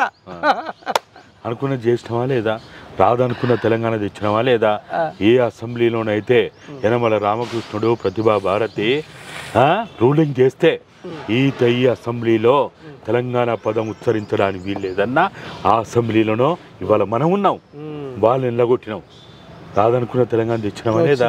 నవ్వుల పాలైన తెలంగాణనే మనం తెలంగాణ తెచ్చుకొని గర్వంగా తలెత్తుకొని తిరుగుతున్నామా లేదా? కాబట్టి మన ప్రయత్నంలో లోపం ఉంటేనే మనం జీవితాంతం ఇదే కొట్లాడాలన్నా. దెబ్బలు తిన్నాం, అప్పుడు కేసీఆర్ చేతిలో దెబ్బలు తిన్నాం. తెలంగాణ ఉద్యమం టైంలో సీమాంధ్ర నాయకుల చేతిలో దెబ్బలు తిన్నాం. ఇప్పుడు మళ్ళీ ఈ రేవంత్ రెడ్డి మీద కొట్లాడి మళ్ళీ వీళ్ళతోని దెబ్బలే తిన్నా. మరి సుఖపడ్డాడు ఎప్పుడు లైఫ్ లాంగ్ సుఖపడుతూనే ఉన్నాడు, నష్టపోయినోడు ఎప్పుడు కష్టాలు, కన్నీళ్ళు, బాధలతోనే జీవితాలు గడపాల్సి వస్తుంది. మరి ఇది ఎట్లా చూస్తారన్న? అంటే ఇప్పుడు నార్మల్గా ఇలా సోయి లేదా అంటే, సరే మీరు అన్నట్టు 100% చేయకుండా ఒక 20-30% మనం చేయాలన్న సోయి లేదు. ఇప్పుడు అసెంబ్లీలో అయితే హరీష్ రావు, కేటీఆర్ మన అచ్చొచ్చిన ఆంబోతులకి ఇట్లా మట్టి ఊర్లల్లో మన ఎడ్లందుకు పోతే ఎడ్లు కొన్ని అప్పుడే ఇట్లా వస్తాయి కదా, వయసుకు వచ్చిన లాగదుడు ఎగురుకుంటా దుంకుకుంటా పుట్టలు చెట్లు కనబడితే పంట చేనులలో వాడి ఇట్లా అంటాయి. అట్లా అంటే ఈయన కూడా మీరు దొంగలరా మీరు ఇట్లా చేసిర్రా, 100 పీట్లకు దొక్కుతా, మీ అందరిని కక్కిస్తా అంటుండే. ఇదంతా మరి నిజం కాదంటారా? మాటలు కోటలు దాటినా కాళ్ళు గడప దాటకపోతే దేని పనికిరాదు. మా తాత నేతులు తాగిండు, మా మూతులు వాసన చూడండి అంటే ఇప్పుడు ఎవరు నమ్మడు. ఇప్పుడు వీళ్ళని చూసి ఇటు బీఆర్ఎస్ వాళ్ళు, కాంగ్రెస్ వాళ్ళు తలలు వాళ్ళకి కొట్టుకుంటున్నారు ఊళ్ళల్లో. మీరేమో వీళ్ళంతా ఒకటైరని మీరు అంటున్నారు. మరి తిట్టుకుంటారు కదా ప్రెస్ల ముందు, అసెంబ్లీల ముందు. అదే మనం మీడియా చేయాల్సిన పని, సోషల్ మీడియా చేయాల్సిన పని, యూట్యూబ్ ఛానల్ చేయాల్సిన పని. ప్రజలారా మీరు ఐక్యంగా ఉండండి, మనందరం ఐక్యంగా ఉండి తెలంగాణ రాష్ట్ర సాధనలో పార్టీలకి జెండాలకు అతీతంగా ఎట్లయితే కుల మతాలకు అతీతంగా తెలంగాణని తెచ్చుకున్న తెలంగాణను అభివృద్ధి చేసుకోవడానికి అమరవీరుల ఆశయ సాధనలో ముందుకు పోవడానికి ఉద్యమ ఆకాంక్షలు నెరవేర్చుకోవడానికి మనం ఐక్యంగా ఉందాం. ఎన్నికలప్పుడే రాజకీయాలు లేకపోతే పార్టీలు జెండాలు ఇవన్నీ ఎన్నికలు అయిపోయిన తర్వాత మనం ఎందుకు అనుకోవాలి? వాళ్ళ కోసం మనం ఎందుకు అనుకోవాలా? మనం ఐక్యంగా ఉందాం. వాళ్ళు ఖచ్చితంగా రహస్య ఒప్పందాలు చేసుకుంటారు, చీకటి ఒప్పందాలు చేసుకుంటారు, వాళ్ళు కలిసి తింటారు తాగుతారు, వాళ్ళు కలిసి. ఇప్పుడు నిన్న ఆమె ఎవరు, షర్మిల వాళ్ళ కొడుకు కూతురు పెళ్ళిక అందరు పోయినరా లేదా? మంచిగా ఒకప్పుడు వీడు ఓటుకు నోటు దొంగ, వీడు పెద్ద దుర్మార్గుడు అని షర్మిల అన్నది రేవంత్ రెడ్డిని. ఈయన కూడా ఏమన్నాడు, అమ్మ వచ్చి బుక్కెడు తినిపోగానే ఇట్లా నువ్వు తెలంగాణలో ఎంట్రీ లేదు. తిట్టుకున్నారు, వాళ్ళు తిట్టుకున్నారు, ఈయన అభిమానులు కూడా ఆమెను తిట్టారు. మళ్ళీ ఇప్పుడు అలాయి బలాయి ఉన్నారు. అభిమానులు అంతా ఎక్కడ పోయారో తెలియదు. ఈయన అభిమానులు ఎడపోయారు, ఆమె అభిమానులు ఎడపోయారు. కాబట్టి అందుకనే మనం పిచ్చోళం కావద్దు. ఈవెన్ కేసీఆర్ కూడా నడుము ఇరిగిందా ఇరగలేదా పక్కన పెడితే ఆయనను చూడడానికి పరామర్శించడానికి నువ్వు తొందరగా కోలుకో, 100 ఏళ్ళు నిండు 100 ఏళ్ళు ఆరోగ్యాలతో బతుకని ఈయన దీవిచ్చి వస్తున్నాడు హాస్పిటల్కి వెళ్ళి. ఆయన కూడా నువ్వు మంచిగా ఉండు అని ఆయన అంటున్నాడు. మధ్యలో ఈయన అభిమానులు వాళ్ళ కార్యకర్తలు వీళ్ళ కార్యకర్తలు తలలు బల కొట్టుకుంటారు బయట. మరి మీరేం మెసేజ్ ఇస్తారు మళ్ళీ ఒకసారి? అందుకనే మనం ప్రజలుగా, ఆదివాసీలుగా, గిరిజనులుగా, దళితులుగా, బహుజనులుగా, లేకపోతే అగ్రకులాల్లో ఉన్న పేదవాళ్ళుగా మనం ఐక్యంగా ఉండాలి. మన అనేక్యత పాలకులకి శ్రీరామ రక్ష అవుతా ఉన్నది. కాబట్టి మనం ఐక్యంగా ఉందాము. మనం ఏ తెలంగాణనైతే, ఎటువంటి తెలంగాణ అయితే మనం కావాలనుకున్నామో ఆ ఆకాంక్షలు ఇంకా నెరవేరలేదు, అటువంటి ఫలాలు ఇంకా మనకు అందలేదు. కాబట్టి మనలో మనం తన్నుకోకుండా మనందరం ఐక్యంగా ఉందాము. మనం ఈ పాలకులను మోసం, దగ, అన్యాయం చేస్తున్న పాలకులు ఎవడైనా సరే, వాడు కాంగ్రెసా, తెలుగుదేశమా, బీఆర్ఎస్ఆ, టీఆర్ఎస్ఆ, లేకపోతే బీజేపీ, కమ్యూనిస్టులా, వాళ్ళ అని కాదు, వాళ్ళు ఏ పార్టీ అయినా కానీ దొంగే. వాడు నల్ల దొంగనా, తెల్ల దొంగనా, ఎర్ర దొంగనా, ఇంకో దొంగనా, ఇవి అవసరం లేదు.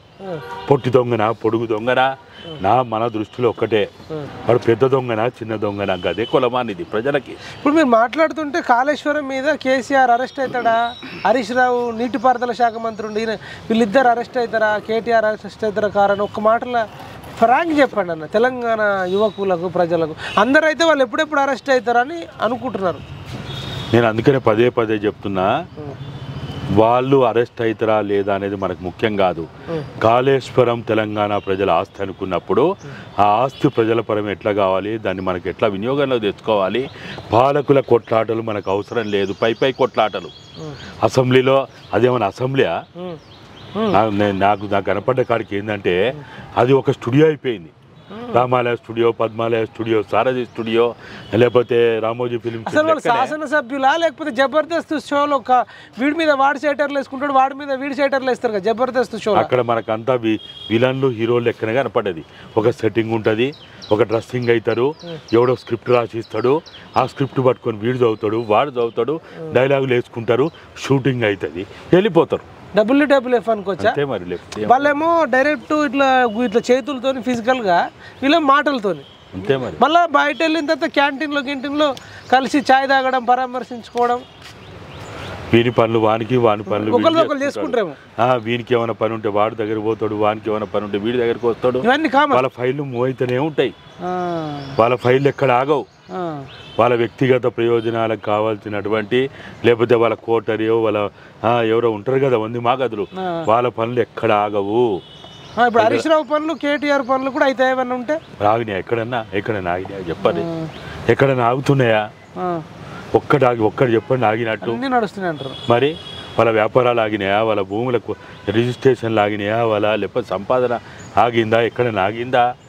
అరే ఇప్పటి వరకు ఒక్క గజం భూమి, అన్యాక్రాంతమైనటువంటి ఒక్క గజం భూమి వెనక్కి తీసుకురాలేదంటే దీనికి ఏం బడ్జెట్ అవసరం? దీనికి 100 రోజులు అవసరమా? దానికి డబ్బులే అవసరం లేదు. దానికి ఏం డబ్బులు అవసరం? ఒక్క జీవో పాస్ చేస్తే చాలు.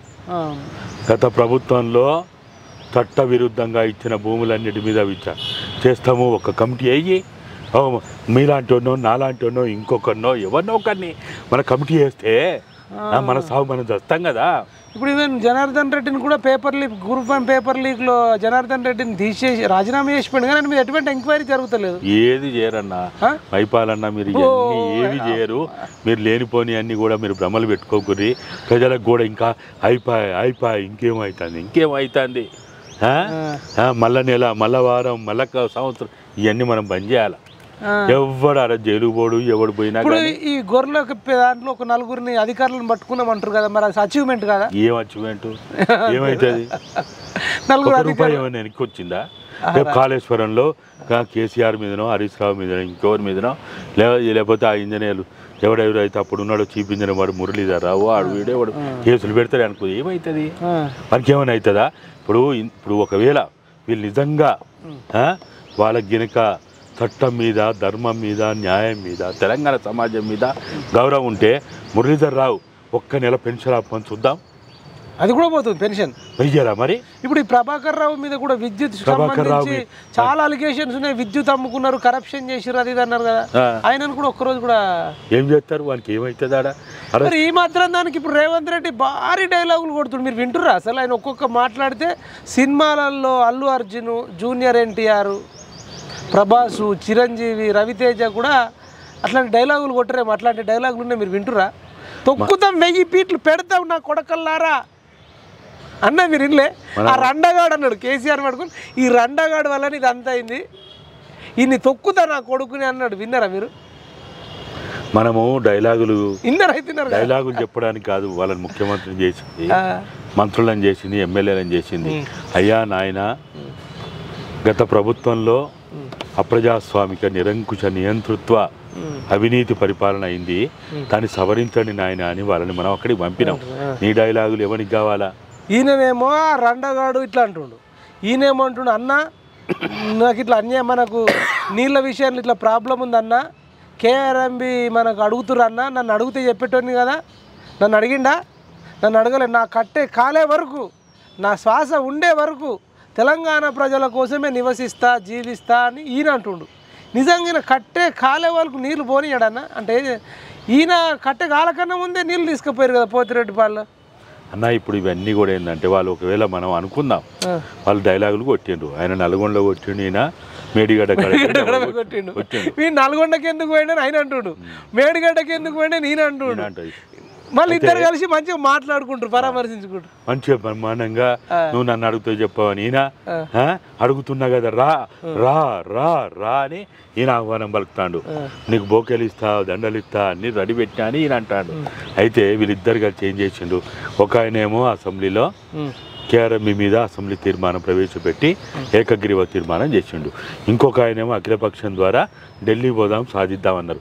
ఇద్దరు 13వ తారీఖు కదా ఇద్దరు మాట్లాడింది, 12వ తారీఖు ఏమో అసెంబ్లీ తీర్మానం అయిపోయింది. 13వ తారీఖు మేడిగడ్డ ఆయన పోయిండు, నల్గొండకి ఈయన పోయిండు. ఒకరు ఉత్తర తెలంగాణ పోయిండు, ఒకరు దక్షిణ తెలంగాణ పోయిండు. ఇద్దరు చెప్తా అంటే వినుకుంటా మనం అహో ఆహా అని మనమేమో తన్మయత్వంలో అభిమానులు, కేసీఆర్ అభిమానులు, అబ్బా మా కేసీఆర్ భలే మాట్లాడిండు స్పీచ్ అని వాళ్ళు, ఇటు రేవంత్ రెడ్డి కాంగ్రెస్ అభిమానులు అదే భలే డైలాగ్ కొట్టిండు మా సార్ అని వీళ్ళు అయినాయి కదా.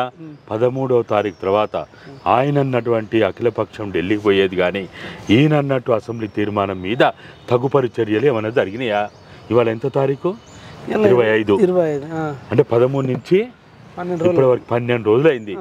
12 రోజుల్లో ఒక్క అడుగన్నా మనం బయట ముందుకు వేసినామా?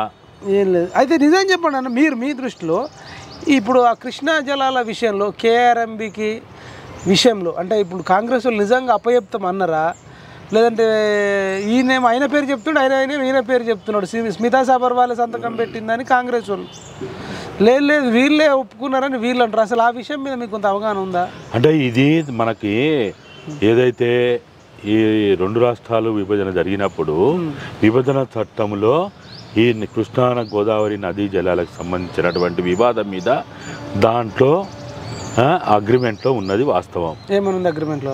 అగ్రిమెంట్లో ఏముందంటే ఈ 2 నదులకు సంబంధించిన వివాద పరిష్కారానికి బోర్డులు వేసుకొని దాన్ని ఏ ప్రాంతం వాళ్ళకు కూడా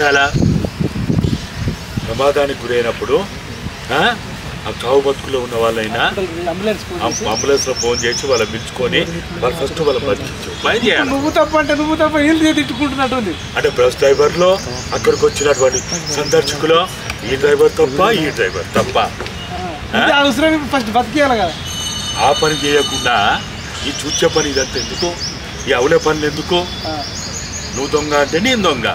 ఇప్పుడు ఈ కాంగ్రెస్ వాళ్ళు మేము ఇప్పుడు కొత్తగా కేంద్ర ప్రభుత్వం తీసుకొచ్చి మేము ఒప్పుకుంటున్నామని ఏమైనా సిగ్నేచర్ పెట్టి వాళ్ళకి ఏమైనా పంపించారు అప్రూవల్ అన్న? వాళ్ళు కేంద్రం యొక్క మీటింగ్లలో డిసెంబరు మన జనవరి 30వ తారీఖు జరిగిందంట, కానీ ఫిబ్రవరి 2వ తారీఖు జరిగినటువంటి కేఆర్ఎఫ్ మీటింగ్లలో చర్చలు జరిగిన మాట వాస్తవం. అది ఏమైందో ఆ డాక్యుమెంట్ ఏందో తెలియదు.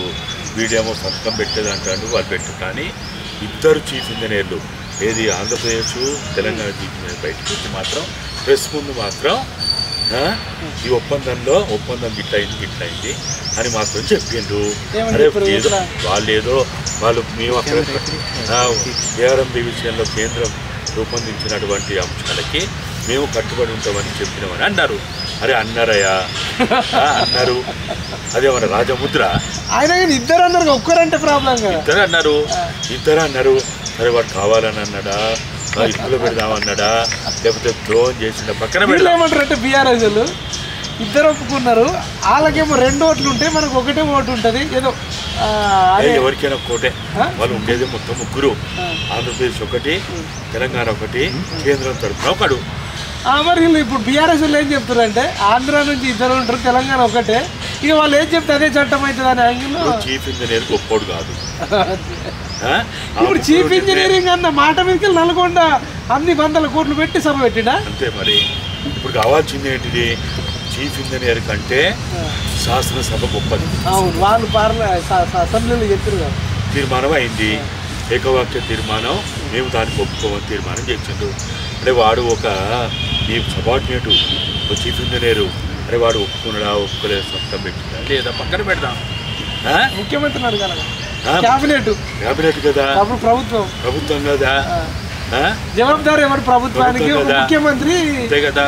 నువ్వు వెంటనే లెటర్ రాసి అరే మా చీఫ్ ఇంజనీరు వాడు అప్పుడు మత్తులో ఉన్నాడో, తాగి ఉన్నాడో, మెంటల్ అయిండో, వాడు తిక్కలేసిండో, వాడు జ్ఞానం లేకనో, వాడు ఏదో చేసిండయా, కావాలంటే వాడిని మెడికల్ టెస్ట్ చేస్తావాను, ఏదో చెప్పు.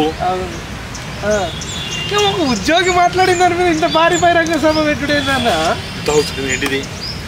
మీరు అన్నట్టు కలిసి ఒక అపాయింట్మెంట్ తీసుకొని మనకి ఇట్లయితే అన్యాయం జరుగుతుంది, ఇట్లా చేద్దామని అనొచ్చు, సింపుల్ కదా. ఇప్పుడు వీళ్ళు కాదు జాగ్రత్త పని ఏంటంటే, ఇంకోటి ఏంటంటే అన్న కేంద్రంలో ఒక్క మాట అనకుండా నాకు అట్టగాల వరకు నేను అడ్డమ్మంట, ఒక్క నీటి బోటు కూడా దోసుకొని అని అంటుడు. నిజంగా ఇప్పుడు కేసీఆర్ అధికారంలో ఉన్నప్పుడు ఒక్క చుక్క అదనంగా ఉమ్మడి ఆంధ్రప్రదేశ్లో పోయిందనుకుంటే ఒక్క చుక్క అదనంగా శ్రీశైలం నుంచి పోతిరెడ్డిపాడు ద్వారా పోలేదని. అసలు వాస్తవంగా చెప్పాలంటే మనకి గతంలో కేటాయించినటువంటి తిప్పినల్ల వాడు నీళ్ళే మనం వాడుకోవడానికి ప్రాజెక్టు లేదు. మనం ఎన్నడూ వాడుకున్నాం 299 టీఎంసీల నదీ జలాలను, మిగులు జలాలు కాదు, షుడ్ వాటర్. ఎప్పుడైనా వాడుకున్నావా? వాడుకునే తెలివి వీళ్ళకున్నదా? 9.5 కేసీఆర్ తెలివి కాదు, 50 ఏళ్ళలో కూడా వాడుకోలే. ఎప్పుడు వాడుకోలే, వచ్చిన తర్వాత కూడా వాడుకోలే. ఎప్పుడు వాడుకున్నాం? అవి వాడుకోవడానికి మనకు ప్రాజెక్టులు లేవు.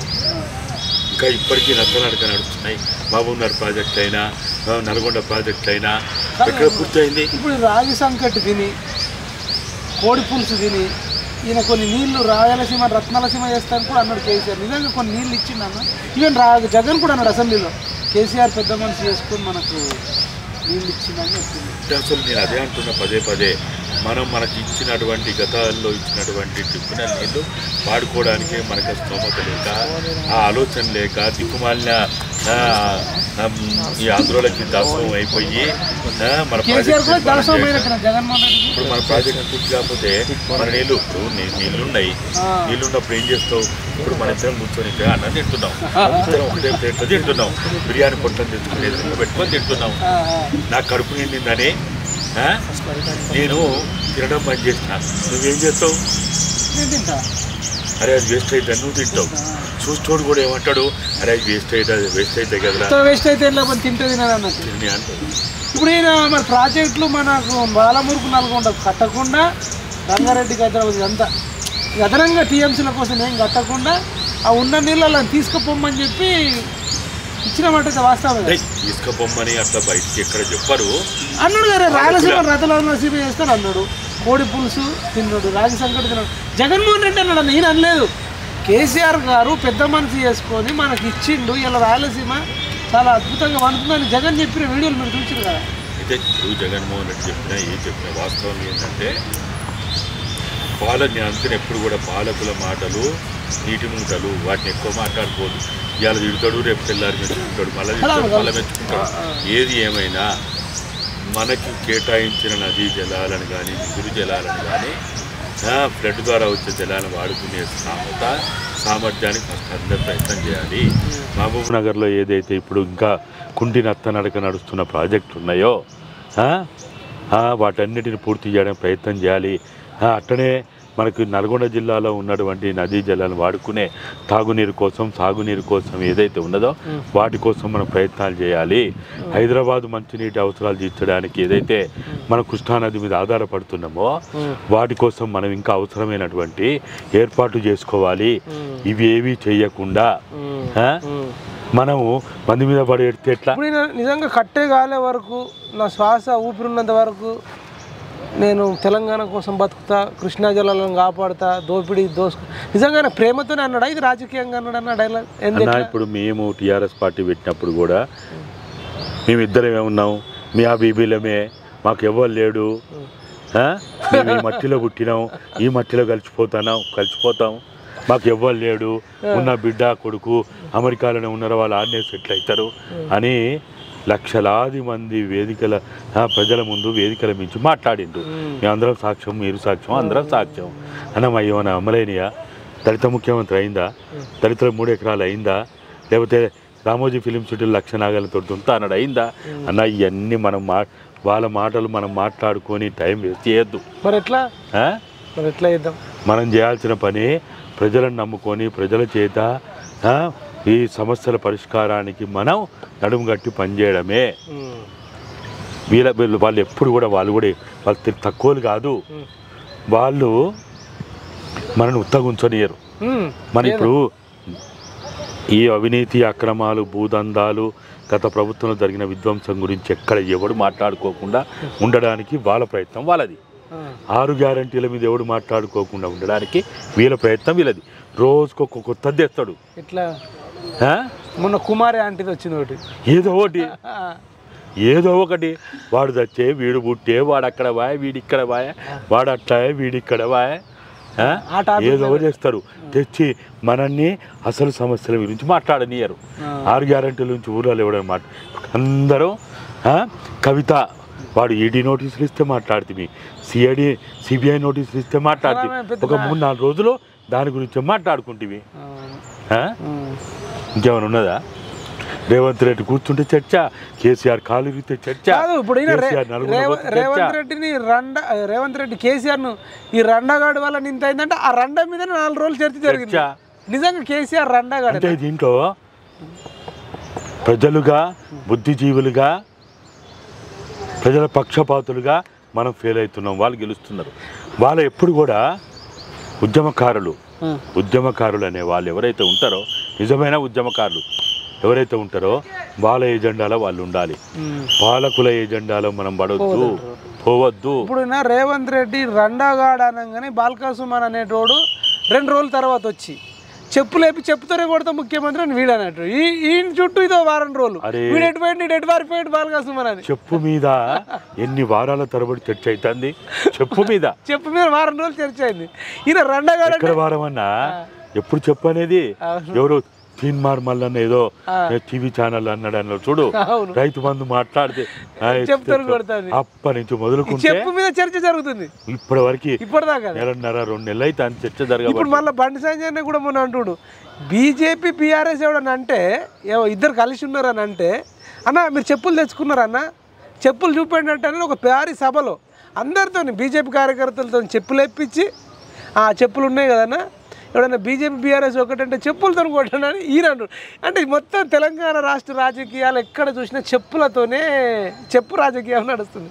కోమటిరెడ్డి వెంకటరెడ్డి కూడా అన్నాడు కదా, అయితే వీళ్ళు హరీష్ రావు డిస్ప్లే పెట్టి కోమటిరెడ్డి వెంకటరెడ్డిది తీర్మానం డిస్ప్లే పెట్టి తీర్మానం అన్నది కేటీఆర్ హరీష్ రావు ఇగో చెప్పులతో చెప్పు రాజకీయాల మీదనే వెళ్ళిపోతున్నారు అంతే కదా.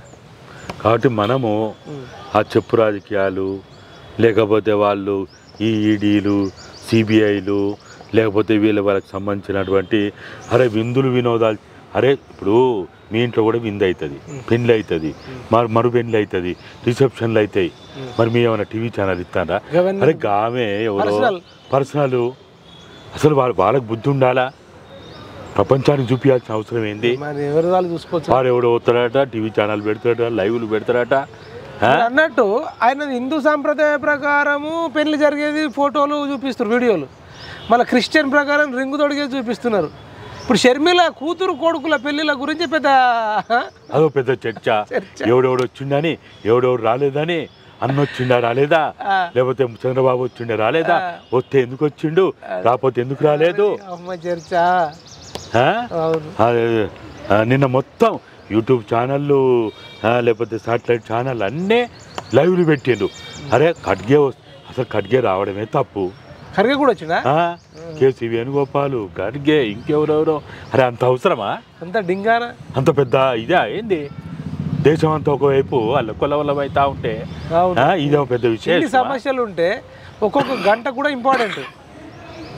అదే ఇది కేసీఆర్ ఫీల్ అయి ఉంటాడు అన్న. రేవంత్ రెడ్డి కేసీఆర్ని పట్టుకొని రండగాడంటే కేసీఆర్ అంటే ఏమన్నా కొంచెమన్నా అబ్బా నన్ను ఇంత పెద్ద మాట అన్నాడు అని బాధపడి ఉంటాడా? ఎట్లుంటుంది అంటే జస్ట్ ఏం బాధపడు అన్నీ మంచి పని చేసి నాకు సింపతి వచ్చింది అనుకుంటా. నా మీద ఎట్లయితే చర్చ అవుతుంది. పాలకులు ఎప్పుడు కూడా దేనికి వాళ్ళు భయపడరు, దేనికి వాళ్ళు సిగ్గుగా భావించరు. మరి వాళ్ళ అభిమానులు మా కేసీఆర్ను రండి అంటారా, మా బాబుని రండి అంటారా, వీళ్ళు బట్టలు చింపుకుంటారు, వీళ్ళు ఫీల్ అవుతారు. మరి వీళ్ళు ఫీల్ కావాల్సిన అవసరం లేదంటారు. వాళ్ళకి బాగా తెలుసు కట్టెలమ్మిన కాడ నేను పూలు అమ్ముతా, నా కట్టెలమ్మినోడే నా పూలు కూడా అమ్ముతాడని వాళ్ళకి తెలుసు. నన్ను తిట్టినోడే చెప్పుతో కొట్టినోడే మనకు దండలు ఎత్తాడని కూడా తెలుసు. ఎట్లా వేయించుకోవాలని కూడా వాళ్ళకి తెలుసు. కాబట్టి వీటన్నిటి గురించి మనం అనవసరంగా ఎక్కువగా ప్రాధాన్యత ఇవ్వకుండా ఆ చర్చను మొత్తంగా కూడా ఆపేసి తెలంగాణ ఉద్యమ ఆకాంక్షలు ఏంటి, విద్యారంగం ఏంది, వైద్య రంగం ఏంది, ఉపాధి రంగం ఏంది, సంపదను ఎట్లా కాపాడుకోవాలి, వీటి మీద ఎక్కువ మనం ఫోకస్ పెట్టి 85 రోజుల్లో ఈ ప్రభుత్వం వచ్చిన తర్వాత ఒక్క స్కూల్ గురించి చర్చ చేసినామా, ఒక హాస్పిటల్ గురించి చర్చ చేసినామా? కాదు, గంజాయి అట్లనే అమ్ముతారు, డ్రగ్స్ అట్లనే అమ్ముతారు, బెల్ట్ షాపులు అట్లనే నడుస్తున్నాయి. మరి ఆ దుర్మార్గుడికి వీళ్ళకు పెద్ద తేడా ఏముందా? ఇప్పుడు బెల్ట్ షాపులు రద్దు చేయడానికి బడ్జెట్ కావాలన్నా? ₹1 అవసరం లేదు. నిజంగానే బడ్జెట్ లేదు. కొన్ని పథకాలు రైతు బంధు లేకపోతే గతంలో ఇచ్చిన పెన్షన్లు ఇవ్వలేకపోయినాం, ఖజానా ఖాళీ అయిందని అప్పుల పాలైనామని అంటున్నావు. మనం ఓర్చుకుందాం. బెల్ట్ షాపులు నిషేధించడానికి, రద్దు చేయడానికి చెప్పిండు కదా డైలాగ్. మరి బెల్ట్ షాపులు ఉండొద్దు, డ్రగ్స్ కనబడొద్దని ప్రెస్ మీట్లో ముఖ్యమంత్రి చెప్పిండు కదా. 2 లక్షల రూపాయల యొక్క లోన్ డబ్బులు ఏదైతే రైతుల లోన్ రుణమాఫీ నువ్వు చేయలేకపోయినావు ఎందుకంటే డబ్బులు కట్టలేవు, ఓకే. లేకపోతే ఆరోగ్యశ్రీ అనుకో, గ్యాస్ సిలిండర్ అనుకో, లేకపోతే 2500 మహిళకి ఇస్తానది అనుకో, ఇంకోటి ఏమైనా కానీ ఇవేవి కూడా ఇవన్నీ కూడా ఆర్థికంతో ముడిపడి ఉన్నాయి. కాబట్టి ఇలా ఖజానా ఖాళీ అయిందన్నావు, ఆడేదో లంక బిందెలు ఉండే అనుకుంటే ఖాళీ బిందెలు అనేవి ఉన్నాయి అంటున్నావు, గిలగిల కొట్టుకుంటున్నాయి అంటున్నావు, ఓకే. మేమందరం ఒప్పుకుంటాం, మేము కూడా అర్థం చేసుకుంటాం. కానీ ₹1 ఖర్చు లేకుండా జరిగే పనులు కూడా ఎందుకు చేస్తలేవు? కేటీఆర్ అక్రమంగా అన్యాక్రాంతం చేసిన భూములు వెనక్కి తీసుకోవడానికి నీకు దమ్ము లేదా? నీకు ధైర్యం లేదా? నీకు నిజాయితీ లేదా? చెప్పు మరి. కాదని చెప్పు, కారణంతో కాదని చెప్పు. మీరు గతంలో తెలంగాణ భూ పరిరక్షణ సమితి అని ఒకటి పెట్టిరన్న, మరి ఇప్పుడు మళ్ళీ రేవంత్ రెడ్డి మీద కొట్లాడే దమ్ము ఉందా? ఖచ్చితంగా. అంటే ఏంది రేవంత్ రెడ్డి ఏమన్నా పైనుంచి ఊడిపడ్డాడు? అదేనంట. అరే భలే ఉన్నావన్నా, రాదనుకున్న తెలంగాణ తెచ్చి చూపి. కేసీఆర్ ను తిట్టినట్టు రేవంత్ రెడ్డిని భవిష్యత్తులో తప్పు చేస్తే తిడతారా? నేను తిట్టా, అదే విమర్శిస్తారా? నేను చేసేది ఫస్ట్లో ఏం చేస్తా అంటే సద్విమర్శ చేస్తా, మార్చుకోమని చెప్తా, నీ కోసం, నీ పార్టీ కోసం తెలంగాణ ప్రజల కోసం, నిన్ను నమ్ముకున్న ప్రజల కోసం అని చెప్తాం. అంతేగాని నేను తిట్టాలనుకుంటే తిట్టకుండా కొన్ని గంటలు తిట్టగలుగుతా. వీళ్ళకేం చేత అవుతుంది? అంతేనా? వాళ్ళకేం చేత అవుతుంది? వచ్చిరాని ఇంగ్లీషు, వచ్చిరాని తెలుగు,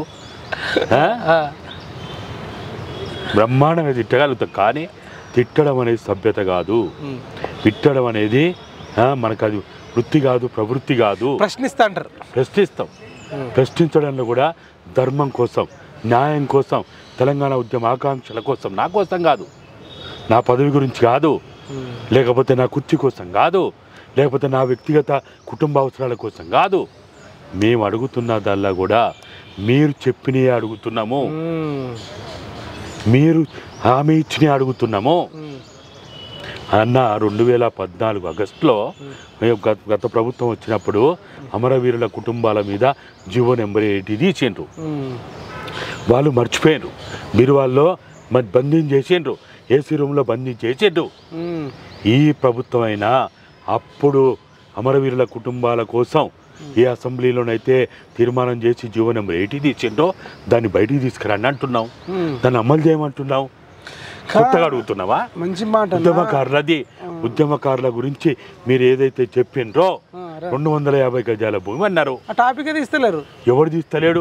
మళ్ళీ మెలిక పెడతాండ్రు, కేసులని, ఎఫ్ఐఆర్లని, జైళ్ళని. పోలీసులు వచ్చి మనల్ని కొట్టి వాళ్ళు పోయిర్రు అనుకో, అది కేసు ఎట్లయితుంది మన మీద, నంబర్ ఎఫ్ఐఆర్ ఎట్లా కాదు. వాడు మనల్ని కొడితే కాదు కదా, మన వాళ్ళని కొడితే అవుతుంది. మరి వాళ్ళ చేతిలో పోలీసుల చేతిలో దెబ్బలు తిన్నోళ్ళు, మరి వాళ్ళ పరిస్థితి ఏంటంటారా? మరి నువ్వు 6 గ్యారంటీలో ఒక గ్యారంటీగా పెట్టినప్పుడు మరి అప్పుడు ఎందుకు చెప్పలే విషయం? కేసులు ఉన్నోళ్ళకే, ఎఫ్ఐఆర్ ఉన్నోళ్ళకే, జైల్లో పోయిన వాళ్ళకే అర్హులని చెప్పాలి కదా. మరి అప్పుడు ఎందుకు చెప్పలే? ఇప్పుడు ఉస్మాన్ యూనివర్సిటీలోకి వచ్చిరండి, మేమే ఉన్నాం అప్పుడు ఉద్యమం. అప్పుడు టీఆర్ గ్యాసులు పేల్చిర్రు, ఆ వీల్చుకుంటే కళ్ళకి వెళ్ళి మంట, అసలు ఊపిరి ఆడనే పరిస్థితి. తర్వాత రబ్బర్ బుల్లెట్లతోని కొట్టిర్రు. అవన్నీ మాకు చాలామంది తగిలినాయి. దానికి మా మీద కేసు ఎట్లా అవుతుంది అంటున్నా నేను. రబ్బర్ బుల్లెట్లు తిన్నోడికి, టీఆర్ గ్యాస్ పీల్చుకున్నోడి మీద కేసు అవుతుందా? కాదు. వాడు కొట్టి వెళ్ళిపోయాడు. అసలు ముఖ్యంగా చెప్పాలంటే తెలంగాణ ఉద్యమంలో పాల్గొన్నటువంటి ఎక్కువగా మహిళల మీద కేసులు ఉండవు. ఎందుకంటే కేసులు పెట్టని జర్నలిస్టుల మీద కేసులు లేవు, లాయర్ల మీద కేసులు లేవు, ఉద్యోగస్తుల మీద కేసులు. ఎందుకంటే కేసు అయితే కనుక వాడు ఉద్యోగం ఊడిపోతూ సస్పెండ్ అవుతాడు కాబట్టి. ఇంకా అనేక మంది గొంతులు బోంగా పాడిన కళాకారులు, రచయితల మీద కేసులు లేవు, జర్నలిస్టుల మీద లేవు, కెమెరామెన్ల మీద లేవు. కేసు కాకపోతే ఇవ్వన్నట్టు లేవు. ఇవ్వవా? మరి ఆ రోజు ఎందుకు చెప్పలే? ఇవన్నీ ముచ్చట్లు చెప్తే నీకెందుకు సపోర్ట్ చేసు? అంటే ఒడ్డు చేరేదాకా ఓడడం వల్లనా, ఒడ్డు చేరే పోవడం వల్లనా, ఇందుకోసమేనా? ఇప్పుడు జీవో 46 బాధితులకు కూడా ఆనాడు దగా పడ్డదంటే మళ్ళీ నువ్వు కూడా దగా చేస్తావా? అంతే ఉన్నట్టు అనిపిస్తుంది చూస్తే.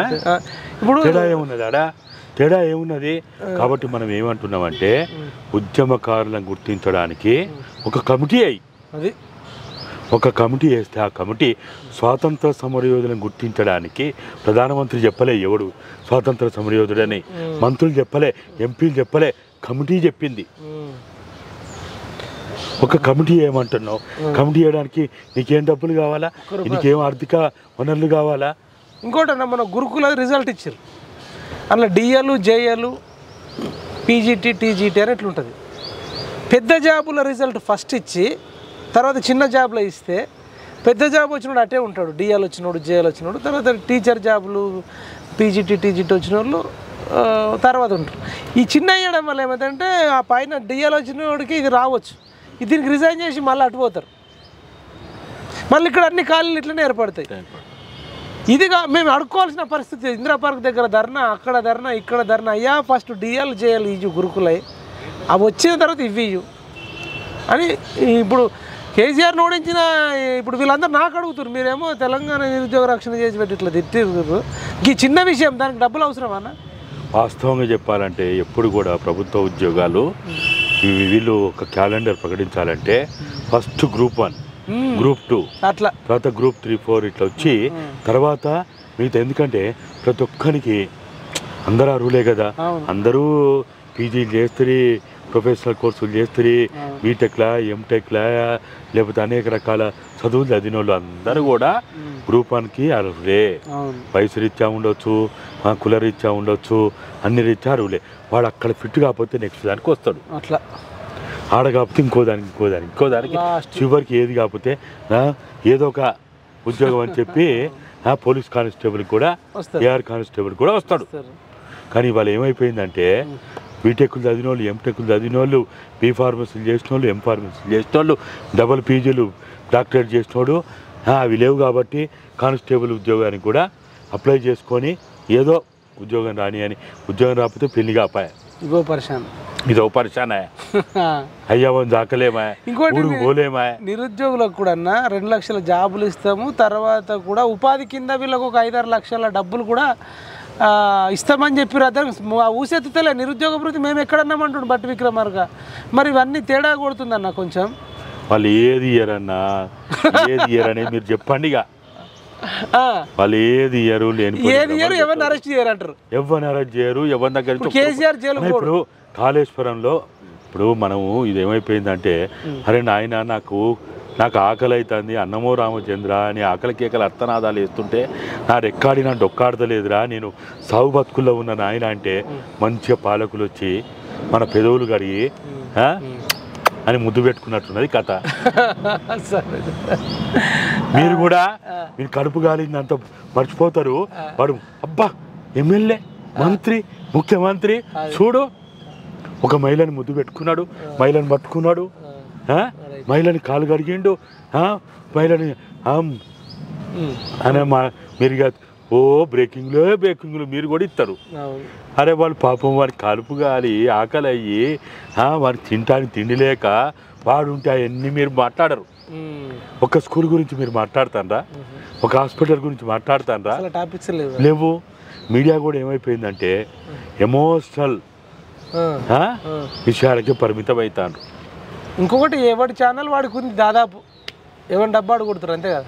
కాబట్టి ఇప్పుడు మనకు కావాల్సిందల్లా కూడా మనం, మీరు ఇంతకుముందు కూడా ఒక మాట అడిగిండ్రు, ఇక మనకి ఎప్పటికి ఇట్లనేనా, మరి మన జీవితాంతం కష్టపడాలి, సుఖపడుతుండు, అవినీతి చేస్తుండు, విల్లాలు కొనుక్కుంటున్నాడు, ఫ్లైట్లలో పోతున్నారు, 20 లక్షల వాచ్లు కొనుక్కుంటున్నారు. మరి మన బతుకంతా పోరాటమేగా. నేను ఎప్పుడు ఏమనుకుంటా అంటే, నా బతుకు నా జీవితం మంత్రసాని లెక్క ఉండాలనుకుంటా. మీరు మంత్రసాని ఎట్లుంటుంది అందరికి డెలివరీ చేస్తుంటుంది, బిడ్డను తల్లిని బిడ్డని క్షేమంగా ఉంచుతాడు చేస్తుంది, అంతే కదా. అనుకున్న తర్వాత ఆమె చేతుల్లో పుట్టిన పురుడు పోసిన బిడ్డల్లో ఒకడు దొంగయిండు, ఒకడు లంగయిండు, ఒకడు మోసగాడయిండు, ఒకడు జూదరయిండు, ఒకడు దేశద్రోహి అయిండు, ఒకడు మాత్రం దేశభక్తుడయిండు. అంటే ఇంతమందికి పురుడు పోసింది ఆ చేతులే కదా. తల్లి ఏమనుకుంటుంది అంటే, వాను చూసి బాధపడుతుంది, వీను చూసి సంతోషపడుతుంది. మనం కూడా అనేక మందిని ఆ ప్రభుత్వాన్ని కూడగొట్టి ఈ ప్రభుత్వం చేస్తాం, వీరు కూడగొట్టి ఇంకో ప్రభుత్వం చేస్తాం. దీంట్లో ఏదన్నా కొద్ది మంచి జరిగితే సంతోషపడుకుంటూ ఉంటాం. కానీ మంత్రసాని ఆశాజీవి ఎట్లయితే, మంత్రసాని ఎంతమందికి అయితే పురుడు పోస్తుందో వాళ్ళు ఏమైనా ఆస్తులు ఇస్తారా, ఏమైనా రాసిస్తారా, ఇయ్యరు కదా. చూసుకుంటా నల్లగా పుట్టినా ముద్దు పెట్టుకుంటుంది, తెల్లగా పుట్టినా ముద్దు పెట్టుకుంటుంది, ఎర్రగా పుట్టినా ముద్దు పెట్టుకుంటుంది, కాళ్ళు చేతు గుడ్డోడైనా కుంటోడైనా ముద్దు పెట్టుకుంటుంది. ఎందుకు ఆమె అట్లాంటి పొజిషన్లో ఉందంట. ఒక బిడ్డకి జన్మనిస్తుందా అని ఒక తృప్తి ఉంటుంది.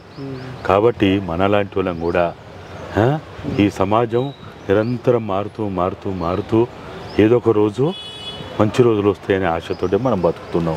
చూస్తామా లేదా, కానీ మన బాధ్యత మనకుంది, మన ప్రయత్నం మనం చేయాలి. కాబట్టి మనం నిరాశపడవద్దు.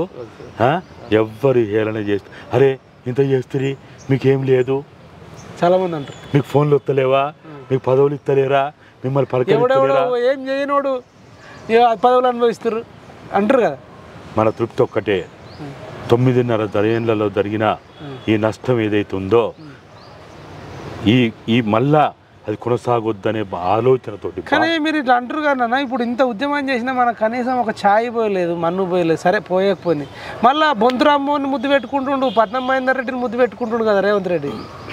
అంటే మీరే వాళ్ళు కబ్జాలు చేసిర్రు, ఇది చేసిర్రు, మరి ఆ విధ్వంసంలో వీళ్ళు లేరా ఉన్నారు. ఇప్పుడు వాళ్ళందరినీ కూడా ఒక్కొక్కరిని తీగల కృష్ణారెడ్డిని, బొంతు రామ్మోహన్, పట్నం మహేందర్ రెడ్డిని ఇట్లా 1 by 1 బీఆర్ఎస్ వాళ్ళని లాగుతురు కదా. మరి ఇక ఏమి యుద్ధని అంటే ఏం ధర్మం ఉందని మనం కూడా మెల్లమెల్లగా మన శత్రువు ఎవడు, ప్రధాన శత్రువు ఎవడు, అప్రధాన శత్రువులు ఎవరు, వీళ్ళంతా చిన్నోళ్ళు అన్న. ఇప్పుడు వీళ్ళంతా పోతారు కదా.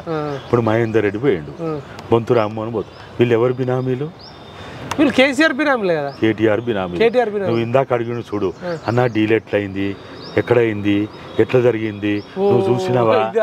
అరే ఇంతకంటే అరే మీరు ఇంత ఇద్దరు మనుషులను పంపిస్తా, నువ్వు నాకు అక్కడ కొంత సెట్ చేయి, అప్పుడప్పుడు వీళ్ళ ద్వారా చెప్పి పంపని ఉంటుందేమో.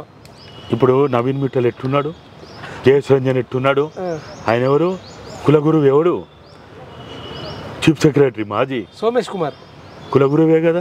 వీళ్ళందరూ కులగురువు అంతే కదా.